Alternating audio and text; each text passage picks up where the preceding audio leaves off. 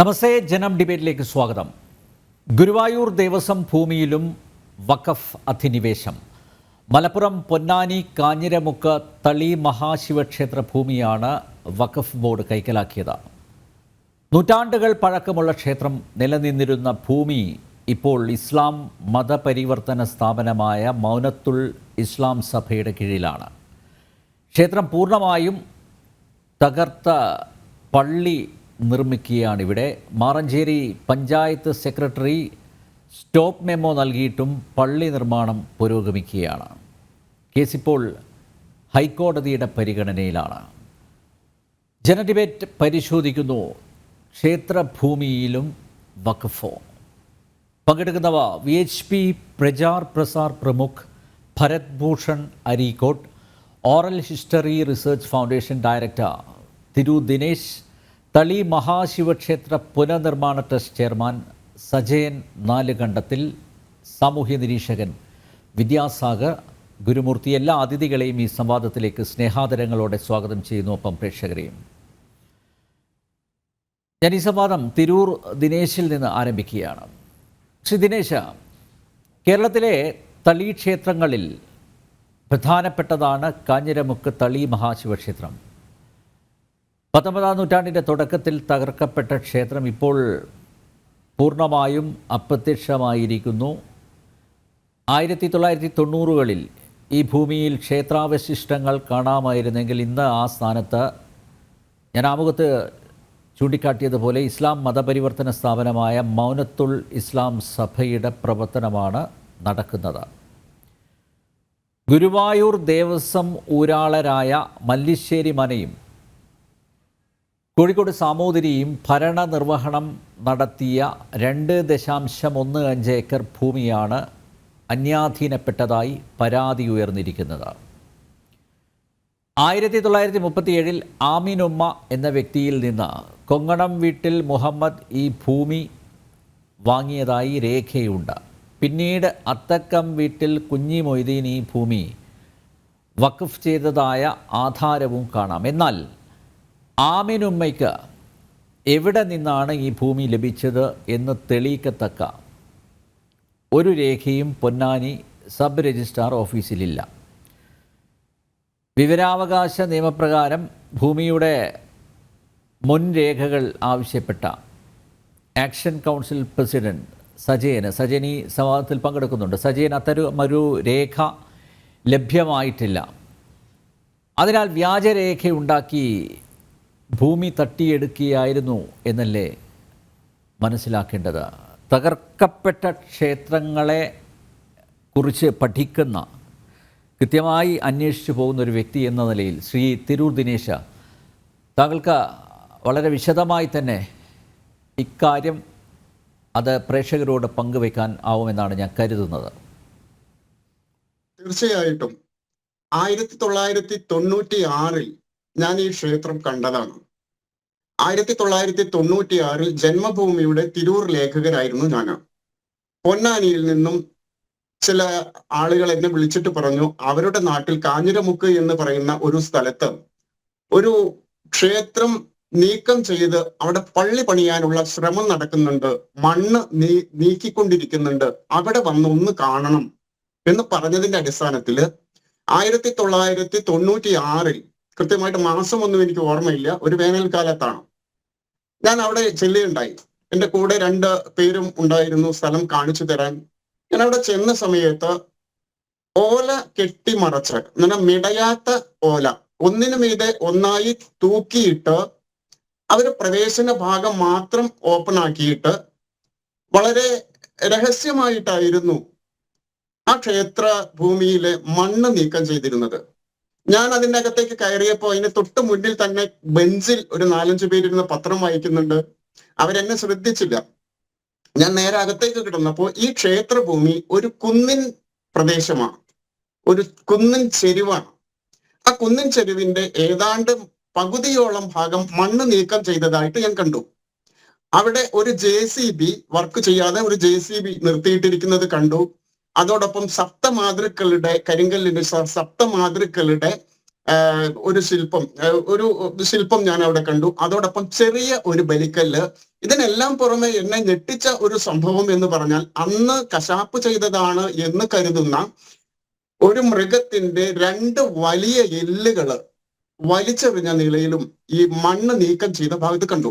ഞാൻ കൂടെയുള്ള ആളുകളോട് ചോദിച്ചു, എന്താണ് ഈ മണ്ണ് നീക്കം ചെയ്യാതെ ഇന്ന് പ്രവൃത്തി എടുക്കാതിരിക്കാൻ എന്താ കാരണം എന്ന് ചോദിച്ചപ്പോ, JCB മണ്ണ് മാന്തി എടുത്തപ്പോ പാമ്പിനെ കണ്ടു എന്നും ആ പാമ്പ് ഡ്രൈവറുടെ ക്യാബിനിലേക്ക് തെറിച്ചു വീണു, ആ ഡ്രൈവറെ കടിച്ചു എന്നാണ് അന്ന് അവർ എന്നോട് പറഞ്ഞത്. ഭയം കൊണ്ട് അവര് പണി നിർത്തി വെച്ചിരിക്കുകയാണ്.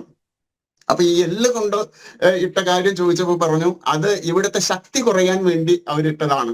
ഈ സമയത്ത് 2-3 പേര് അതിലൂടെ നടന്നു വരുന്നത് കണ്ടു. അപ്പൊ ഈ ക്ഷേത്രഭൂമി കൂടി ഒരു കുറുക്കു വഴിയും ഉണ്ടായിരുന്നു എന്ന് എനിക്കന്ന് മനസ്സിലായി. കുറച്ചും കൂടെ മുന്നിലേക്ക് ചെന്നപ്പോ ഈ ഉയർന്ന ഭാഗത്ത്, മണ്ണെടുക്കാത്ത ഭാഗത്ത് തകർന്ന കാട് മൂടിയ നിലയിൽ എനിക്കൊരു ക്ഷേത്രം കാണാൻ സാധിച്ചു. പക്ഷെ അന്ന് ഈ തകർക്കപ്പെട്ട ക്ഷേത്രങ്ങളുടെ ഒരു റിസർച്ച്, ഒരു പഠനം, ഒരു ചരിത്രം രേഖപ്പെടുത്തുന്ന ഒരു തോന്നൽ അന്ന് ഇല്ലാത്തത് കൊണ്ടും അതിനൊരുങ്ങാത്തത് കൊണ്ടും അങ്ങനെ ഒരു ശ്രദ്ധ അങ്ങനെ ഒരു രീതി എന്റെ മനസ്സിൽ അന്ന് തോന്നാത്തത് കൊണ്ടും ഞാൻ ആ ക്ഷേത്രത്തിന്റെ അകത്തേക്ക് കയറിയില്ല. അല്ലെങ്കിൽ ഞാൻ കാട് വെട്ടി തെളിയിച്ച് അകത്ത് കയറി അതിന്റെ എല്ലാ വിവരങ്ങളും എടുക്കുമായിരുന്നു. അപ്പൊ ഇത് ചെയ്യുന്നത് പൊന്നാനി മൗനത്തിൽ ഇസ്ലാം സഭയാണ് എന്നാണ് എന്റെ കൂടെ ഉണ്ടായിരുന്നവർ പറഞ്ഞത്. ഞാനത് തിരിച്ചു പോരുകയും ചെയ്തു. പിന്നീട് അവിടെ എന്ത് സംഭവിച്ചു എന്ന് ആരും എന്നെ അറിയിച്ചതുമില്ല, ഞാൻ ആരോടും അന്വേഷിച്ചതുമില്ല. കഴിഞ്ഞ 2024 ജനുവരി 5-ാം തീയതിയോ 6-ാം തീയതിയോ ആണ് പൊന്നാനിയിൽ നിന്നും സജയൻ എന്നെ വിളിക്കുന്നത്. അപ്പൊ ഞാൻ 96-ൽ ഈ ക്ഷേത്രഭൂമിയും കാണുന്ന സമയത്ത് സജയൻ അന്ന് സ്കൂളിൽ പഠിക്കുന്ന കുട്ടിയാണെന്നാണ് സജയനെ കണ്ടപ്പോ പറഞ്ഞത്. സജയൻ പറഞ്ഞു, എന്റെ നാട്ടിൽ ഒരു ക്ഷേത്രം, പൊന്നാനി മൗനത്തിൽ ഇസ്ലാം സഭ തകർത്ത് അവിടെ ഒരു ക്ഷേത്രം പണിയുന്നുണ്ട്, ഒന്ന് വന്ന് നോക്കണം. അപ്പൊ ഞാൻ പറഞ്ഞു, ഞാനൊരു 96 കാലഘട്ടത്തിൽ ഞാനൊരു ക്ഷേത്രഭൂമി വന്ന് കണ്ടിട്ടുണ്ട്, അതായിരിക്കുമോ? അത് ഞങ്ങൾക്ക് അറിയില്ല, അന്നൊക്കെ ഞാൻ കുട്ടിയായിരുന്നു 96-ലൊക്കെ, ഒന്ന് വന്ന് നോക്കൂ എന്ന് പറഞ്ഞു. അങ്ങനെ ഞാൻ ജനുവരി 10-നാണ് ഈ ക്ഷേത്രഭൂമിയിൽ എത്തുന്നത്. അവിടെ ചെന്നപ്പോ ആ കൊന്ന് പൂർണ്ണമായും നീക്കം ചെയ്തിരുന്നു. നീക്കം ചെയ്ത് അവിടെ 2-3 നിലയുള്ള ഒരു കെട്ടിടം കിഴക്ക് ഭാഗത്തും അതിന് തൊട്ട് വടക്ക് ഭാഗത്ത്, ഞാൻ ക്ഷേത്രം കണ്ട ഭാഗത്ത് ഒരു വലിയ പള്ളിയുടെ നിർമ്മാണവുമാണ് എനിക്ക് കാണാൻ സാധിച്ചത്. ഞാൻ അതെല്ലാം വീഡിയോ ചിത്രീകരിക്കുകയും ചെയ്തിട്ടുണ്ട്. അപ്പൊ അവിടെ 2 മരങ്ങളുണ്ട്. ഒരു മരം നിന്നിരുന്ന സ്ഥലത്താണ് തീർത്ഥക്കിണറ്. അതിന്റെ തൊട്ടപ്പുറത്തൊരു ചീനിമരമുണ്ട്. ആ ചീനിമരം നിന്നിരുന്നിടത്ത് വലിയ കുഴി ഉണ്ടാക്കി അതിനകത്തെല്ലാം ഈ വിഗ്രഹങ്ങളുടെ അതുപോലെ ക്ഷേത്രത്തിന്റെ അവശിഷ്ടങ്ങളുണ്ട് എന്ന് പറഞ്ഞു. പിന്നെ എനിക്ക് അവിടെ നിന്നും ഇവിടെ നിന്നൊക്കെ ആയിട്ട് ഇവര് തേടിപ്പിടിച്ച് കണ്ടെത്തിയ ക്ഷേത്രാവശിഷ്ടങ്ങളുടെ ഫോട്ടോയും എന്നെ കാണിക്കുകയുണ്ടായി. 2010 ജനുവരി 10 ഞാൻ പോകുന്ന ആ സമയത്ത് ഇവര് ഹൈക്കോടതിയിൽ കേസ് മൂവ് ചെയ്തിരുന്നു. അതെനിക്ക് അറിയുകയും ചെയ്തിരുന്നില്ല. അങ്ങനെ ആ ക്ഷേത്രം കണ്ടയാളാണ് ഞാൻ. പിന്നെ അതിന്റെ രേഖയൊന്നും കണ്ടില്ല. പിന്നീടാണ് ഈ രേഖകളെല്ലാം ഞാൻ കാണുന്നത്. ഈ രേഖകളിൽ ഒരുപാട് വൈരുദ്ധ്യമുണ്ട്.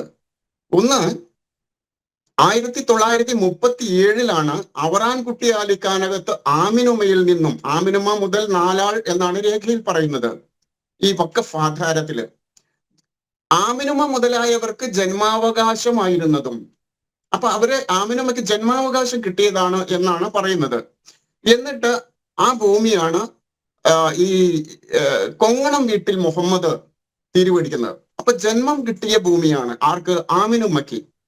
എന്നിട്ട് എന്ത് പറയുന്നു? 1958 ജനുവരി 25-നാണ് പൊന്നാനി മൗനത്തിൽ ഇസ്ലാം സഭയ്ക്ക് മതാധ്യാപകനായിരുന്ന കൊങ്ങണം വീട്ടിൽ മുഹമ്മദ് ഈ ഭൂമി 2 ഏക്കർ 15 സെന്റ് വഖഫ് ചെയ്യുന്നത്. അപ്പൊ വഖഫ് ആധാരത്തിൽ പറയുന്നത് എന്താ വെച്ചാൽ 1937 ഇങ്ങനെ ആമിനുമ മുതലായവർക്ക് ജന്മാവകാശമായിരുന്നതും, പിന്നീട് ഞാൻ 1937 ആധാരപ്രകാരം വാങ്ങി. എന്നിട്ട് എന്താ? ജന്മപട്ടയം വാങ്ങി. ഇവിടെയാണ് വൈരുദ്ധ്യത്തിന്റെ ആദ്യത്തെ. ഒരു ഭൂമിക്ക് എത്ര പ്രാവശ്യം ജന്മപട്ടയം കിട്ടും? ജന്മപട്ടയം വാങ്ങി. അപ്പൊ ജന്മപട്ടയം മേടിക്കൽ എപ്പോഴാണ്? പട്ടയം വാങ്ങിക്കുന്നത് സാധാരണ ലാൻഡ് ട്രൈബ്യൂണലിൽ നിന്നാണ്. എന്നാണ് ലാൻഡ് ട്രൈബ്യൂണലുകൾ വന്നത്? ലാൻഡ് ട്രൈബ്യൂണലുകൾ വന്നത് EMS നമ്പൂതിരിപ്പാടിന്റെ ഗവൺമെന്റ് കേരള ഭൂപരിഷ്കരണ നിയമം കൊണ്ടുവന്നതിന് ശേഷമാണ് പട്ടയം ലാൻഡ് ട്രൈബ്യൂണലുകൾ സ്ഥാപിക്കുന്നതും ജന്മപട്ടയം കൊടുക്കുന്നതും. അപ്പൊ ആ സമയത്ത് ഇതിന് ജന്മപട്ടയം കിട്ടിയില്ല. എന്നിട്ട് അതിനുശേഷം ആ ആധാരത്തിൽ തുടർന്ന് പറയുന്നത് എന്താണ്? പറയുന്നത് പൊന്നാനി താലൂക്ക് കച്ചേരിയിൽ നിന്നും എനിക്ക് ജന്മപട്ടയം കിട്ടി.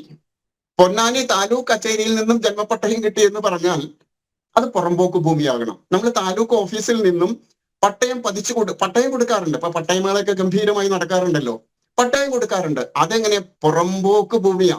പക്ഷെ ഇത് പുറമ്പോക്ക് ഭൂമിയാണോ? രേഖപ്രകാരം അമ്പലപ്പറമ്പാണ്, തളിയിലെ അമ്പലപ്പറമ്പ് എന്ന് കൃത്യതയോടുകൂടി സർക്കാർ രേഖകളിലുണ്ട്. അതെങ്ങനെ പുറമ്പോക്ക് ഭൂമിയായിട്ട് പൊന്നാനി താലൂക്ക് കച്ചേരിയിൽ നിന്നും ഇയാൾക്ക് പട്ടയം കിട്ടും?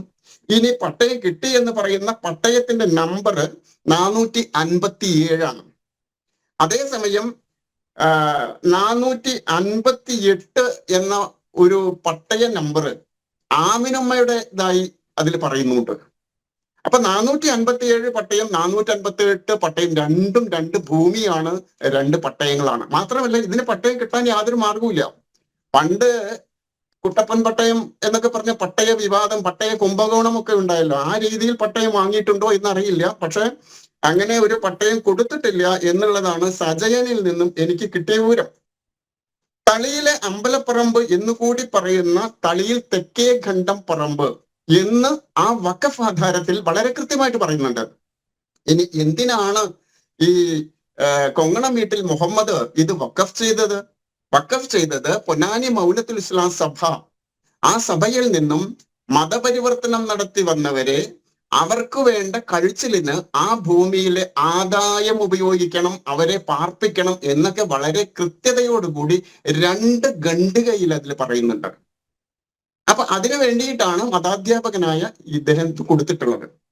പക്ഷെ 1958 ഈ ഭൂമി വഖഫ് ചെയ്തതിന് ശേഷം ഇത് നിശബ്ദമാക്കി വെച്ചു എന്നുള്ളതാണ്. ആരോരും അറിയാതെ നിശബ്ദമാക്കി വെച്ചു. അത് ഇപ്പൊ അടുത്ത കാലത്താണ്, 4-5 വർഷം മുമ്പാണ് ഇതിന്റെ തലയൊന്നണങ്ങിയത്. അപ്പൊ ഇതിന് വേണ്ട സാഹചര്യങ്ങൾ സർക്കാർ അതുപോലെ തന്നെ എല്ലാ തരത്തിലുള്ള ഒരു സാഹചര്യങ്ങൾ ഇണങ്ങി വന്നപ്പോൾ ഒരു അത് എങ്ങനെയൊക്കെയാണ് അത് തകർത്തത്, ഏതൊക്കെ രീതി എന്നെല്ലാം സജയൻ പറയും എന്ന് ഞാൻ വിചാരിക്കുന്നു. ഞാൻ ആ ഭാഗത്തേക്ക് കടക്കുന്നില്ല. അങ്ങനെയാണ് ഇപ്പോൾ ഒരു പള്ളി വന്നത്. പക്ഷെ ഇവിടെ നമ്മൾ പരിശോധിക്കേണ്ട ഒരു കാര്യം, ഈ വഖഫ് ഭീകരത ഇവിടെ മാത്രമല്ല. നോക്കൂ, എന്റെ നാട്ടിൽ തന്നെ പൊന്നേങ്കാവ് അയ്യപ്പ ക്ഷേത്രം എന്നൊരു ക്ഷേത്രമുണ്ട്. തിരൂരിൽ ഒരു പൊന്നേങ്കാവ് അയ്യപ്പ ക്ഷേത്രം കൃത്യമായി രേഖയോട് കൂടിയുള്ളതാണ്, നികുതി കിട്ടാൻ പാടില്ലാത്തതാണ്. ഈ ഭൂമി ഇന്ന് വഖഫ് ഭൂമിയാണ്. വഖഫ് ഭൂമി മാത്രമല്ല, അവിടെ പള്ളി പണിതിരിക്കുന്നു. മലപ്പുറം ജില്ലാ കലക്ടറിൽ നിന്നും പള്ളി പണിയരുത്, അവിടെ ഒന്ന് ലൈബ്രറി, ഇവർ പള്ളി എന്ന രീതിയിൽ ലൈബ്രറി എന്ന് പറഞ്ഞിട്ടാണ് അപേക്ഷ കൊടുക്കുന്നത്. ഇതും ലൈബ്രറി പ്രാർത്ഥന കേന്ദ്രം എന്ന രീതിയിലാണ് അപേക്ഷിച്ചത്. മലപ്പുറം ജില്ലാ കലക്ടർ 31/7/2023 കെട്ടിട നിർമ്മാണം തുടങ്ങിയിട്ടുണ്ട്. എന്നാൽ 14/9/2023 പ്രെയർ ഹാളും ലൈബ്രറിയും നിർമ്മിക്കാൻ പഞ്ചായത്തിന് അപേക്ഷ നൽകിയത്. അതെ, അത് പിന്നെ ഈ അനുവാദം കിട്ടാതെയാണ് ഈ കെട്ടിടം ഉണ്ടാക്കിയിരിക്കുന്നത്. ഞാൻ അതിന്റെ ഡീറ്റെയിൽ ആയിട്ട് രേഖയിലേക്ക് പോയില്ല എന്ന് മാത്രം. അവിടെ നിർമ്മിച്ചു കൊണ്ടിരിക്കുന്ന കെട്ടിടം അനധികൃതമാണ്. അത് വിശദമായി പരിശോധിച്ചാൽ, രേഖ പരിശോധിച്ചാൽ അറിയാം അത് അനധികൃതമാണ്. നോക്കൂ, ഞാൻ നേരത്തെ പറഞ്ഞതിന്റെ തുടർച്ചയായിട്ട് അത് പറയാം.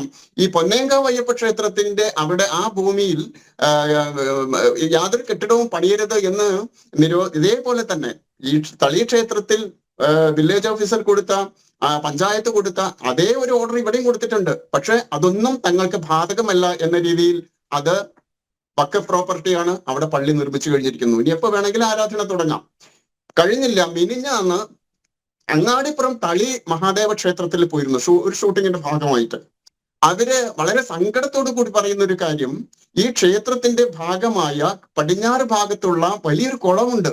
എത്രയോ കാലമായി കൈവശം വെച്ച് ക്ഷേത്രഭൂമി, ക്ഷേത്രത്തിന്റെ ആളുകൾ കൈവശം വെച്ചിരിക്കുന്ന, കമ്മിറ്റി കൈവശം വെച്ചിരിക്കുന്ന ഭൂമി വഖഫ് ഭൂമിയാണെന്ന് പറഞ്ഞ് കഴിഞ്ഞ ദിവസം കാറിൽ ആളുകൾ വന്ന് അത് പിടിച്ചെടുക്കാൻ വേണ്ടിയുള്ള ശ്രമം നടക്കുകയാണ്. അപ്പൊ കേരളത്തിന്റെ പല ഭാഗങ്ങളിലും ഇതുണ്ട്. തകർന്ന നിരവധി ക്ഷേത്രം, ഏതാണ്ട് 200ഓളം ക്ഷേത്രങ്ങൾ കണ്ടിട്ടുണ്ട്. അതിൽ പല ക്ഷേത്ര ഭൂമികളും ഇന്ന് അന്യാധീനപ്പെട്ട് കിടക്കുകയാണ്. എത്ര ഭൂമി ഇതുപോലെ വഖഫ് ചെയ്ത് പോയിട്ടുണ്ടെന്ന് എനിക്കറിയില്ല.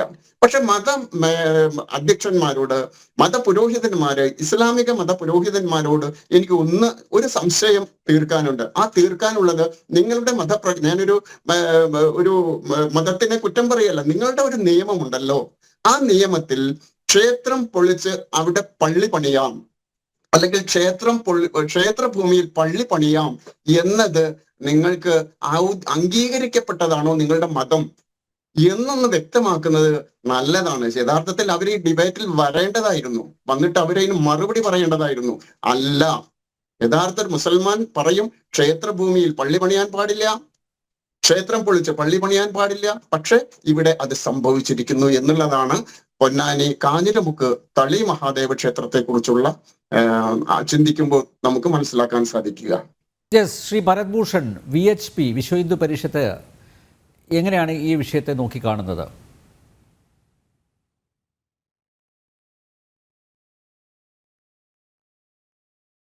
നമസ്കാരം. നമ്മുടെ ഈ വിഷയത്തില് ഇപ്പൊ മൗനം പാലിച്ചിരിക്കുകയാണെങ്കിലും ഇനി മുന്നോട്ട് നമ്മൾ ഹിന്ദു സംഘടനകൾ എല്ലാവരും ഒറ്റക്കെട്ടായിട്ട് ഒരു പ്രക്ഷോഭത്തിലേക്ക് ഇറങ്ങാമെന്നുള്ള രീതിയിലാണ് ഇരിക്കുന്നത്. അതുകൊണ്ട് മതപുരോഹിതന്മാരോടും ഇസ്ലാം പുരോഹിതന്മാരോടും നമുക്ക് പറയാനുള്ളത്, ഈ ക്ഷേത്രം എവിടെയാണോ സ്ഥിതി ചെയ്ത് ആ ഭൂമി തിരിച്ചു കൊടുക്കണമെന്നും ഒരു വിഷയത്തിലേക്ക് പോകരുത് എന്നുള്ളതുമാണ് വിശ്വ ഹിന്ദു പരിഷത്ത് എന്ന നിലയിൽ എനിക്ക് പറയാനുള്ള കാരണം. പ്രക്ഷോഭമായിട്ട് നമ്മൾ മുന്നോട്ട് പോകുമ്പോൾ അത് മതപരമായിട്ടും എല്ലാ വിഷയങ്ങളിലേക്കും ഇടപെടരുത് ആ ഒരു വിഷയമാണ് നമുക്ക് ഉന്നയിക്കാനുള്ളത്. മറ്റു കാര്യങ്ങളിൽ നമ്മുടെ ഇതിന്റെ കൂടുതൽ കാര്യങ്ങൾ നമ്മുടെ സജൻജി ഇതിലുണ്ട്. സജൻജി ഇതിന്റെ മറ്റു കാര്യങ്ങൾ കൂടുതൽ പറയുന്നുണ്ടായി. ശ്രീ ഭരത് ഭൂഷൺ, നോക്കൂ, എല്ലാ രേഖകളുമുണ്ട്, എല്ലാ രേഖകളും ശബ്ദിക്കുന്ന രേഖകളും ആണ്. വിവരാവകാശ നിയമപ്രകാരം സജയന് ലഭിച്ച രേഖകളും ഉണ്ട്. അത് നോക്കുമ്പോൾ ഇത് ക്ഷേത്രഭൂമിയാണ് എന്ന കാര്യത്തിൽ യാതൊരു തർക്കവും ഇല്ല. മാത്രമല്ല, നേരത്തെ തിരൂർ ദിനേശ് പറഞ്ഞതുപോലെ ഒരു കാരണവശാലും ക്ഷേത്രം തകർത്ത് പള്ളി പണിയാൻ പാടില്ല. അവിടെയുള്ള മുസ്ലിങ്ങൾക്ക് പോലും അറിയാം അവിടെ നേരത്തെ ക്ഷേത്രമുണ്ടായിരുന്നു എന്ന്.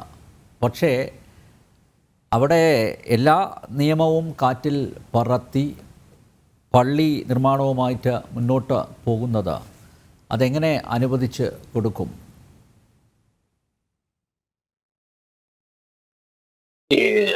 ഇതിപ്പോ നമ്മുടെ അവിടെ രാത്രി കാലങ്ങളിലാണ് നമ്മളിപ്പോ അവിടെ കാണുന്ന വർക്കുകളെല്ലാം നമ്മൾ മലപ്പുറം ജില്ലാ കളക്ടറായിട്ടും ഭരണാധികാരികളായിട്ടും അവിടെ SP ആയിട്ടൊക്കെ നമ്മൾ സംസാരിക്കുമ്പോഴെല്ലാം അവിടെ നിർത്തിവെച്ചു എന്നുള്ളത് മാത്രമാണ് അവർ പറയുന്നത്. ഈ വിഷയമായിട്ട് ഞാൻ അനവധി പ്രാവശ്യം അവിടെ സജൻജിയുടെ ഒപ്പം പോവുകയും ആ സമയത്ത് പകൽ സമയത്ത് അവിടെ വർക്ക് നടക്കില്ല, രാത്രി കാലങ്ങളിൽ JCB ഉപയോഗിച്ചാണ് അവിടെ വർക്ക് നടക്കുന്നത്. വർക്ക് നടക്കുമ്പോൾ എല്ലാം അവിടെ ശിലകളും അമ്പലത്തിന്റെ മറ്റ് കാര്യങ്ങളും എല്ലാ വിഗ്രഹങ്ങളും അടക്കം അവർ JCB ഉപയോഗിച്ച് ഇപ്പോഴും ഇന്നലെ രാത്രി വരെ അവിടെ വർക്ക് നടക്കുന്നുണ്ട്. അപ്പോഴും നമ്മൾ മലപ്പുറം SP അറിയിച്ചിട്ടുണ്ടായിരുന്നു. പുതിയ SP ആണെങ്കിലും അവര് നമ്മളെ അറിയിച്ചിട്ടുണ്ട്, പോലീസിനെ അറിയിക്കുന്നുണ്ട്, വില്ലേജിനെ അറിയിക്കുന്നുണ്ട്, പഞ്ചായത്തിനെ അറിയിക്കുന്നുണ്ട്. അവരെല്ലാം സ്റ്റോപ്പ് കൊടുത്തു എന്നുള്ളതാണ് പറയുന്നത്. പക്ഷേ അവിടുത്തെ ഇസ്ലാം സഭ, ഈ ഭവനത്തിൽ ഇസ്ലാം സഭ ഇപ്പോഴും അതൊരു വിഷയത്തിലേക്ക് കൊണ്ടുവരാൻ വേണ്ടി മാത്രമാണ് എന്നുള്ളതാണ് എനിക്ക് മനസ്സിലാവുന്നത്. പക്ഷെ നമ്മുടെ അതൊരു പ്രക്ഷോഭമായിട്ട് ഇതുവരെ മുന്നോട്ട് വന്നിട്ടില്ല. ഇനി എല്ലാ ഹിന്ദു സംഘങ്ങളും ഹൈന്ദവ സംഘടനകളും ഒരുമിച്ച് അതൊരു പ്രക്ഷോഭത്തിലേക്ക് വരാം എന്ന് മീറ്റിംഗ് കാര്യങ്ങളൊക്കെ നടന്നുകൊണ്ടിരിക്കുകയാണ്. അത് കേസുമായിട്ട് ഹൈക്കോടതിയിൽ ഇരിക്കുന്നു. അതുകൊണ്ട് നമുക്ക് കുറച്ച് ടൈമും കൂടി കാത്തു നിൽക്കേണ്ടി വരും എന്നുള്ളതാണ് എനിക്ക് തോന്നുന്നത്. തിരു ദിനേശ്, ഹൈക്കോടതിയിലുള്ള കേസിന്റെ സ്റ്റാറ്റസ് എന്താണ് ഇപ്പോൾ? ഹൈക്കോടതിയിലുള്ള കേസ് കൃഷ്ണരാജ് വക്കീലാണ് നടത്തുന്നത്. ഞാൻ ആ കേസുമായി ബന്ധപ്പെട്ടിട്ടൊന്നുമില്ല. ഞാൻ പറഞ്ഞല്ലോ, ജനുവരി 10 പോകുന്നതിന് മുമ്പ് തന്നെ ഹൈക്കോടതിയിൽ കേസ് മൂവ് ചെയ്തിരുന്നു. പിന്നീട് ഞാൻ കൃഷ്ണരാജ് വക്കീലിനോട് ഇതിന്റെ കാര്യത്തിനെ കുറിച്ചൊക്കെ അന്വേഷിക്കുകയുണ്ടായി. അന്വേഷിച്ചപ്പോ സ്റ്റേ ഓർഡറോ കാര്യങ്ങളോ കിട്ടിയില്ല, വൈകാതെ കിട്ടും എന്ന് മാത്രമുള്ള മറുപടിയാണ് അവിടെ നിന്നുള്ളത്. അവിടുന്ന് കോടതി ചോദിക്കുന്നുണ്ട്, ഇവിടെ ക്ഷേത്രമുള്ള തെളിവ് തരൂ എന്നാണ് പറഞ്ഞത്. അദ്ദേഹം പറഞ്ഞത്. അത് അല്ല, സജയൻ മുഖേന എനിക്ക് അങ്ങനെയാണ് മനസ്സിലാക്കാൻ സാധിച്ചത്.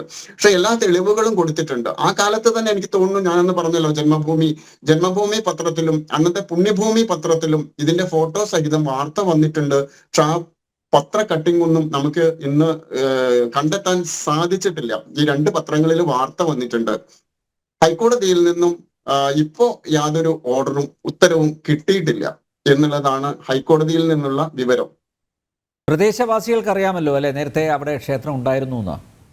തീർച്ചയായിട്ടും അവിടെ പ്രദേശവാസികൾക്ക് അവിടെ ക്ഷേത്രം ഉണ്ടായിരുന്നു എന്ന് മാത്രമല്ല, അവിടെ തന്നെ അതിന്റെ പേര് എനിക്ക് ഓർമ്മയില്ല, സജന കാര്യം പറയും. ആ ക്ഷേത്രഭൂമിയിൽ നിന്നും അതിന് കിഴക്ക് ഭാഗത്തുള്ള ഒരു ദേവീ ക്ഷേത്രത്തിലേക്ക് താലം എഴുന്നള്ളിപ്പ് കൊണ്ടുപോയിരുന്നത് അവിടെ നിന്നാണ്. അത് ഇപ്പൊ തടഞ്ഞിരിക്കുക. 2 കൊല്ലമോ മറ്റോ ആയിട്ടുള്ളൂ. അതുവരെ ആ ക്ഷേത്രഭൂമിയിൽ നിന്നാണ് താലം കൊളുത്തിയിരുന്നത്. ഒരു ചുറ്റുമതിലൊക്കെ കെട്ടി ഇപ്പൊ ചുറ്റുമതിലിനപ്പുറം റോഡിൽ വെച്ചാണ് ഓരോ വർഷവും ഇപ്പൊ ആ താലം കൊണ്ടുപോകുന്നത്. അപ്പൊ ജനങ്ങൾക്ക് എല്ലാവർക്കും അറിയാം, അവിടെ ഹിന്ദുക്കൾക്കും അറിയാം, മുസ്ലിങ്ങൾക്കും അറിയാം, എല്ലാവർക്കും അറിയാം ഇത് ക്ഷേത്രഭൂമിയാണ്. അപ്പൊ ഇവിടെ ഒരു നല്ല ഒരു തീരുമാനത്തിൽ എത്തി ഈ ക്ഷേത്രഭൂമി ഹിന്ദുക്കൾക്ക്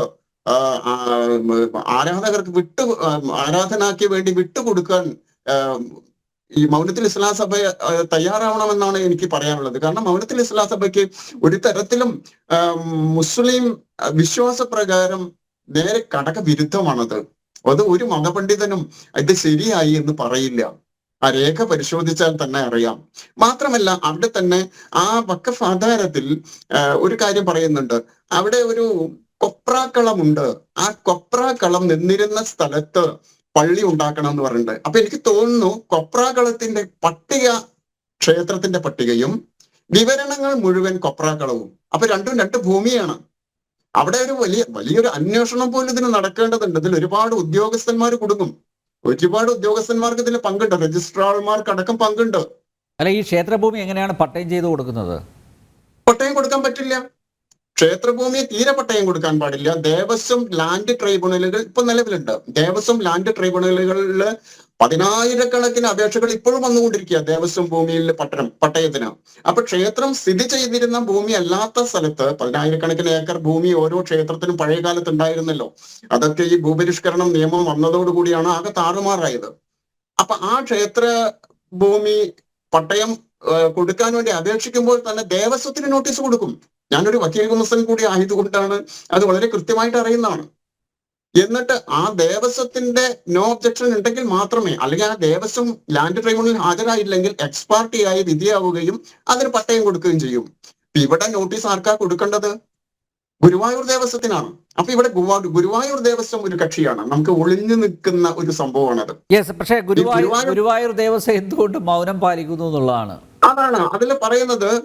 തളിയിലെ അമ്പലപ്പറമ്പ് എന്ന് പറഞ്ഞ് ഗുരുവായൂർ ദേവസ്വം ഊരാളൻ മാനവിക്രമ സാമൂതിരി രാജാവും മല്ലിശ്ശേരി പരമേശ്വരൻ നമ്പൂതിരിയും ജോയന്റ് 2 പേരുടെയും കൂട്ടായ ഊരായ്മയിലാണ് എന്ന് രേഖകൾ, ഒന്നിലേറെ രേഖകൾ പറയുന്നുണ്ട്. അങ്ങനെ വരുന്ന സമയത്ത് അങ്ങനെ ലാൻഡ് ട്രിബ്യൂണലിൽ ഇത് പോയിട്ടില്ലല്ലോ. അങ്ങനെയാണല്ലോ പറയുന്നത്. ശരിയാവും. ലാൻഡ് ട്രിബ്യൂണലിൽ നിന്ന് പട്ടയം കിട്ടിയിട്ടില്ലേത്. അത് പറയുന്ന പൊന്നാനി താലൂക്ക് കച്ചേരിയിൽ നിന്നാണ്. അവിടെയും വൈരുദ്ധ്യം ഏറെയാണ്. പൊന്നാനി താലൂക്ക് കച്ചേരിയിൽ നിന്നും താലൂക്ക് ഓഫീസിൽ നിന്നും എങ്ങനെയാണ് ഒരു ക്ഷേത്രഭൂമിക്ക് പട്ടയം കൊടുക്കുക? ഒരു പുറമ്പോക്ക് ഭൂമി അല്ലെങ്കിൽ മിച്ചഭൂമി ഇതൊക്കെയല്ലേ കൊടുക്കുക. ഇത് ഗുരുവായൂർ ദേവസ്വം ഭൂമിയാണ് എന്ന് വളരെ ആധികാരികമായ രേഖയുള്ള ഈ ഭൂമിയാണ് എനിക്ക് പൊന്നാനി താലൂക്ക് കച്ചേരിയിൽ നിന്നും ജന്മപട്ടയം കിട്ടി എന്ന് പറയുന്നത്. അതേസമയം കിട്ടിയ ആധാരത്തിൽ തന്നെ നേരത്തെ പറയുന്നത് എന്താ? ആമിനുമ മുതലായവർക്ക് ജന്മമാണെന്ന്. ഒരു ഭൂമിക്ക് എങ്ങനെ 2 ജന്മം വരിക? എങ്ങനെ 2 പട്ടയം കിട്ടുക?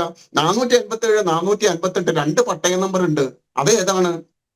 വല്ല കുഴയുന്ന ഒരു പ്രശ്നമാണിത്. രേഖകളിലാകട്ടെ, രജിസ്ട്രേഷനുകളാകട്ടെ, കൈവശം വെക്കുന്നതിലാകട്ടെ, ഇതില് എ ടു സെറ്റ് ഇതില് അഴിമതി നടന്നിട്ടുണ്ട്. ഇതില് ദുർവിനിയോഗം നടന്നിട്ടുണ്ട്. ഗുരുവായൂർ ദേവസ്വം ഇത് അറിഞ്ഞിട്ടും മൗനം പാലിക്കുന്നു എന്നുള്ളത് കുറ്റകരമായ ഒരു അനാസ്ഥ തന്നെയാണ്. ഇത് ഹിന്ദു സമൂഹം, വിശ്വാസി സമൂഹം തിരിച്ചറിയണം. ഗുരുവായൂർ ദേവസ്വം ശക്തമായ ഇടപെടൽ ഈ കാര്യത്തിൽ ഉണ്ടാവുകയും വേണം എന്നാണ് എന്റെ അഭിപ്രായം. പഞ്ചായത്ത് ഭരിക്കുന്നതാരാണ്? പഞ്ചായത്ത് ഭരിക്കുന്നതാരാണ്? CPM ഇടതുപക്ഷാണെന്നാണ് എനിക്ക് തോന്നുന്നത്. അതെ. പ്രതിപക്ഷത്ത് ലീഗുമാണ്. അതെ അതെ. ഇതിൽ വേറെ ഒരു ഇതുണ്ട്. ഇത്തരം ഞാൻ മനസ്സിലാക്കുന്നത്, പൊന്നാനിയെ ഒരു പൈതൃക നഗരമാക്കാൻ വേണ്ടിയിട്ട് കേന്ദ്ര സർക്കാരിൽ ഒരു പ്രപ്പോസൽ നിലവിലുണ്ട്. അപ്പൊ ഈ ഒരു സമയത്ത് ഇത്രയും പുരാതനമായ പല കാര്യങ്ങളും പൊന്നാനിയിൽ നിന്നും നീക്കം ചെയ്യുക എന്ന ഒരു ലക്ഷ്യമുണ്ടോ എന്ന് സംശയമുണ്ട്. കാരണം എന്താ വെച്ചാൽ ഇത് നീക്കം ചെയ്തു, അതിന്റെ തൊട്ടപ്പുറത്ത് ആര്യ സമാജം പൂർണ്ണമായി നീക്കം ചെയ്തു എന്നുള്ളതാണ്. പൊന്നാനിയിലെ ആര്യ സമാജം, കോഴിക്കോട് ആര്യ സമാജത്തിന് തുല്യമായ പൊന്നാനി ആര്യ സമാജം പഴയ കെട്ടിടമാണ് എന്ന് പറഞ്ഞ് നീക്കം ചെയ്തു. അങ്ങനെ നീക്കം ചെയ്തത് പിന്നിൽ, കാരണം ഇങ്ങനെയുള്ള ആര്യ സമാജം എന്തിനാ അവിടെ വന്നു? അതിന്റെ ചരിത്രം നോക്കുമ്പോൾ ഈ പൈതൃക നഗരത്തിന്റെ കൂട്ടത്തിൽ ഇത് കൂടെ വരാൻ പാടില്ല. അങ്ങനെ എന്തൊക്കെയോ ഒരു ഗൂഢ ലക്ഷ്യങ്ങൾ ഇതിന്റെ പിന്നിലുണ്ട് എന്ന് ബലമായി സംശയിക്കേണ്ടിയിരിക്കുന്നു. കാരണം ഇവിടെ തന്നെ മൗനത്തുൽ ഇസ്ലാം സഭയ്ക്ക് പള്ളി പണിയേണ്ട കാര്യമൊന്നുമില്ല. മൗനത്തുൽ ഇസ്ലാം സഭയ്ക്ക് നേരത്തെ അവിടെ ഒരു സ്കൂള് തുടങ്ങിയെന്നാ പറയുന്നത്.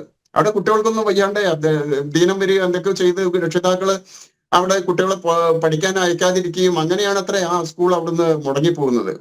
അപ്പൊ പൊന്നാനി മൗനത്തുൽ ഇസ്ലാം സഭയ്ക്ക് എത്ര ഭൂമിയുണ്ടെന്ന് പൊന്നാനി മൗനത്തുൽ ഇസ്ലാം സഭയ്ക്ക് തന്നെ അറിയില്ല. കാരണം അത്രമാത്രം ഭൂമിയുണ്ട്. അപ്പൊ അത്രയും ഭൂമിയുള്ള മൗനത്തുൽ ഇസ്ലാം സഭ അവിടെ തന്നെ വളരെ നിശബ്ദമായി കുറെ കാലം കാത്തിരുന്നതിന് ശേഷം എല്ലാ സാഹചര്യവും അണങ്ങിയപ്പോ അവിടെ ഒരു പള്ളി പണിയാൻ തീരുമാനിച്ചു എന്ന് പറയുമ്പോൾ അതിന്റെ പിന്നിൽ വ്യക്തമായ ചില ലക്ഷ്യങ്ങളുണ്ട് എന്ന കാര്യത്തിൽ ഒരു സംശയവുമില്ല. ഈ മൗനത്തുൽ ഇസ്ലാം സഭയുടെ പ്രവർത്തനം എങ്ങനെയാണ്? മൗനത്തുൽ ഇസ്ലാം സഭ ഏതാണ്ട് ഒരു നൂറ്റാണ്ടോളമായി അവിടെ പ്രവർത്തിച്ചു വരുന്ന ഒരു ഇസ്ലാമിക സംഘടനയുടെ കീഴിലുള്ള ഒരു സ്ഥാപനമാണ്. ഇത് ഈ മഞ്ചേരിയിലെ സത്യസരണി പോലുള്ള സ്ഥാപനമാണ്. അത് മറ്റൊരു രീതിയിൽ. അപ്പൊ ഇസ്ലാം മതം സ്വീകരിക്കാൻ ആഗ്രഹിക്കുന്ന ആളുകളെ അവിടെ കൊണ്ടുവന്ന് അവരെ മതത്തിന്റെ കാര്യങ്ങൾ പഠിപ്പിച്ച് അവർക്ക് പേരും അവിടെ മൗനത്തുൽ ഇസ്ലാം സഭയിൽ പോയ ഒരാള് ഒരിക്കൽ എന്നോട് പറയുണ്ടായി, അവിടെ മതപരിവർത്തനത്തിന് വേണ്ടി പോയി, പിന്നെ അവിടുന്ന് പൂരി എന്തോ ചെയ്താൽ തോന്നുന്നു. ഇങ്ങനെ മതപരിവർത്തനത്തിന് വരുന്ന ആളുകളെ കാണാനും അവർക്ക് വേണ്ട സഹായങ്ങൾ ചെയ്യാനും അവിടെ ആളുകൾ സന്ദർശിക്കാറുണ്ട്, അത്ര മുസ്ലിങ്ങൾ തന്നെ. അപ്പൊ അങ്ങനെ മൗനത്തുൽ ഇസ്ലാം സഭയിൽ ഹിന്ദു ധർമ്മത്തിൽ അല്ലെങ്കിൽ ക്രിസ്ത്യാനി ആകട്ടെ മറ്റൊരു മതമാകട്ടെ അവിടുന്ന് ഒരു പൂർണ്ണമായ ഒരു ഇസ്ലാമിക ചിന്തയോടുകൂടി ആളുകളെ തിരിച്ചയക്കുന്ന സർട്ടിഫിക്കറ്റോട് തിരിച്ചയക്കുന്ന ഒരു കേന്ദ്രമാണ് പൊന്നാനി മൗനത്തുൽ ഇസ്ലാം സഭ. അവിടുന്ന് പതിനായിരക്കണക്കിനൊന്നല്ല അത്രയും ആളുകള് മതപരിവർത്തനം നടത്തിയിട്ടുണ്ട്. തമിഴ്നാട്ടിൽ നിന്നെല്ലാം ഇവിടെ കൊണ്ടുവന്ന് ആളുകളെ മതപരിവർത്തനം നടത്തിയിട്ടുണ്ട്. അങ്ങനെ ഒരു മതപരിവർത്തന കേന്ദ്രമാണ് പൊന്നാനി മൗനത്തുൽ ഇസ്ലാം സഭ. ആ മതപരിവർത്തന കേന്ദ്രമാണ് അവിടെ ഈ ക്ഷേത്രഭൂമിയിൽ പള്ളി നിർമ്മിക്കുന്നത്. ഒരു കാര്യം കൂടി, ഈ ഭരത് ഭൂഷൺ, ഈ വിഷയം സ്ഥലം MP-യുടെയും MLA-യുടെയും ഒക്കെ ശ്രദ്ധപ്പെടുത്തിയിട്ടുണ്ടോ? അവരുടെ നിലപാടെന്താ? തീർച്ചയായിട്ടും നമ്മള് MLA, MA എല്ലാവരും നമ്മുടെ ഇത് അറിയിച്ചിട്ടുണ്ട്. ഗുരുവായൂർ ദേവസ്വം ബോർഡിനെയും അറിയിച്ചിട്ടുണ്ട്. പക്ഷെ ഗുരുവായൂർ ദേവസ്വം ബോർഡ് ഇതുവരെ ഇതിനൊരു ശക്തമായ നിലപാട് എടുക്കാത്തത് എന്താന്നുള്ളതാണ് നമ്മൾ പുനഃപരിശോധിക്കേണ്ടത്. അല്ല, ദേവസ്വത്തിന് ഭൂമി ആവശ്യമില്ലേ? ഗുരുവായൂർ ദേവസ്വത്തിന് ആരെങ്കിലും എടുത്തോളാണോ അവരുടെ നിലപാട്? അതെന്താന്നുള്ളതാണ് നമുക്ക് അറിയാത്തത്. നമ്മൾ അനവധി പ്രാവശ്യം അവരെ അറിയിച്ചതാണ്. ഗുരുവായൂർ ദേവസ്വം ബോർഡിനെ നമ്മൾ കൃത്യമായ ഈ കാര്യങ്ങൾ അറിയിച്ചതാണ്. അതിനുപോലും ഈ മൗനത്തുൽ ഇസ്ലാം സഭയിൽ അവിടെ ഇസ്ലാമികപരമായിട്ട് പല വിഷയങ്ങളും നടക്കുന്നുണ്ട്. അത് നമ്മുടെ കേന്ദ്ര രഹസ്യാന്വേഷണ ഏജൻസികൾ അന്വേഷിക്കണം എന്ന് പറഞ്ഞിട്ട് നമ്മൾ മെയിൽ ചെയ്തിട്ടുണ്ട്. അവിടെ രാത്രികാലങ്ങളിലെ അവിടെ പല വിഷയങ്ങളും അവിടെ നടക്കുന്നുണ്ട്. പക്ഷെ ചുറ്റുവട്ടത്തുള്ള ആളുകളെല്ലാം അവരെ പേടിച്ചിട്ട് ഭയപ്പെടുത്തി ഇരിക്കുകയാണ്.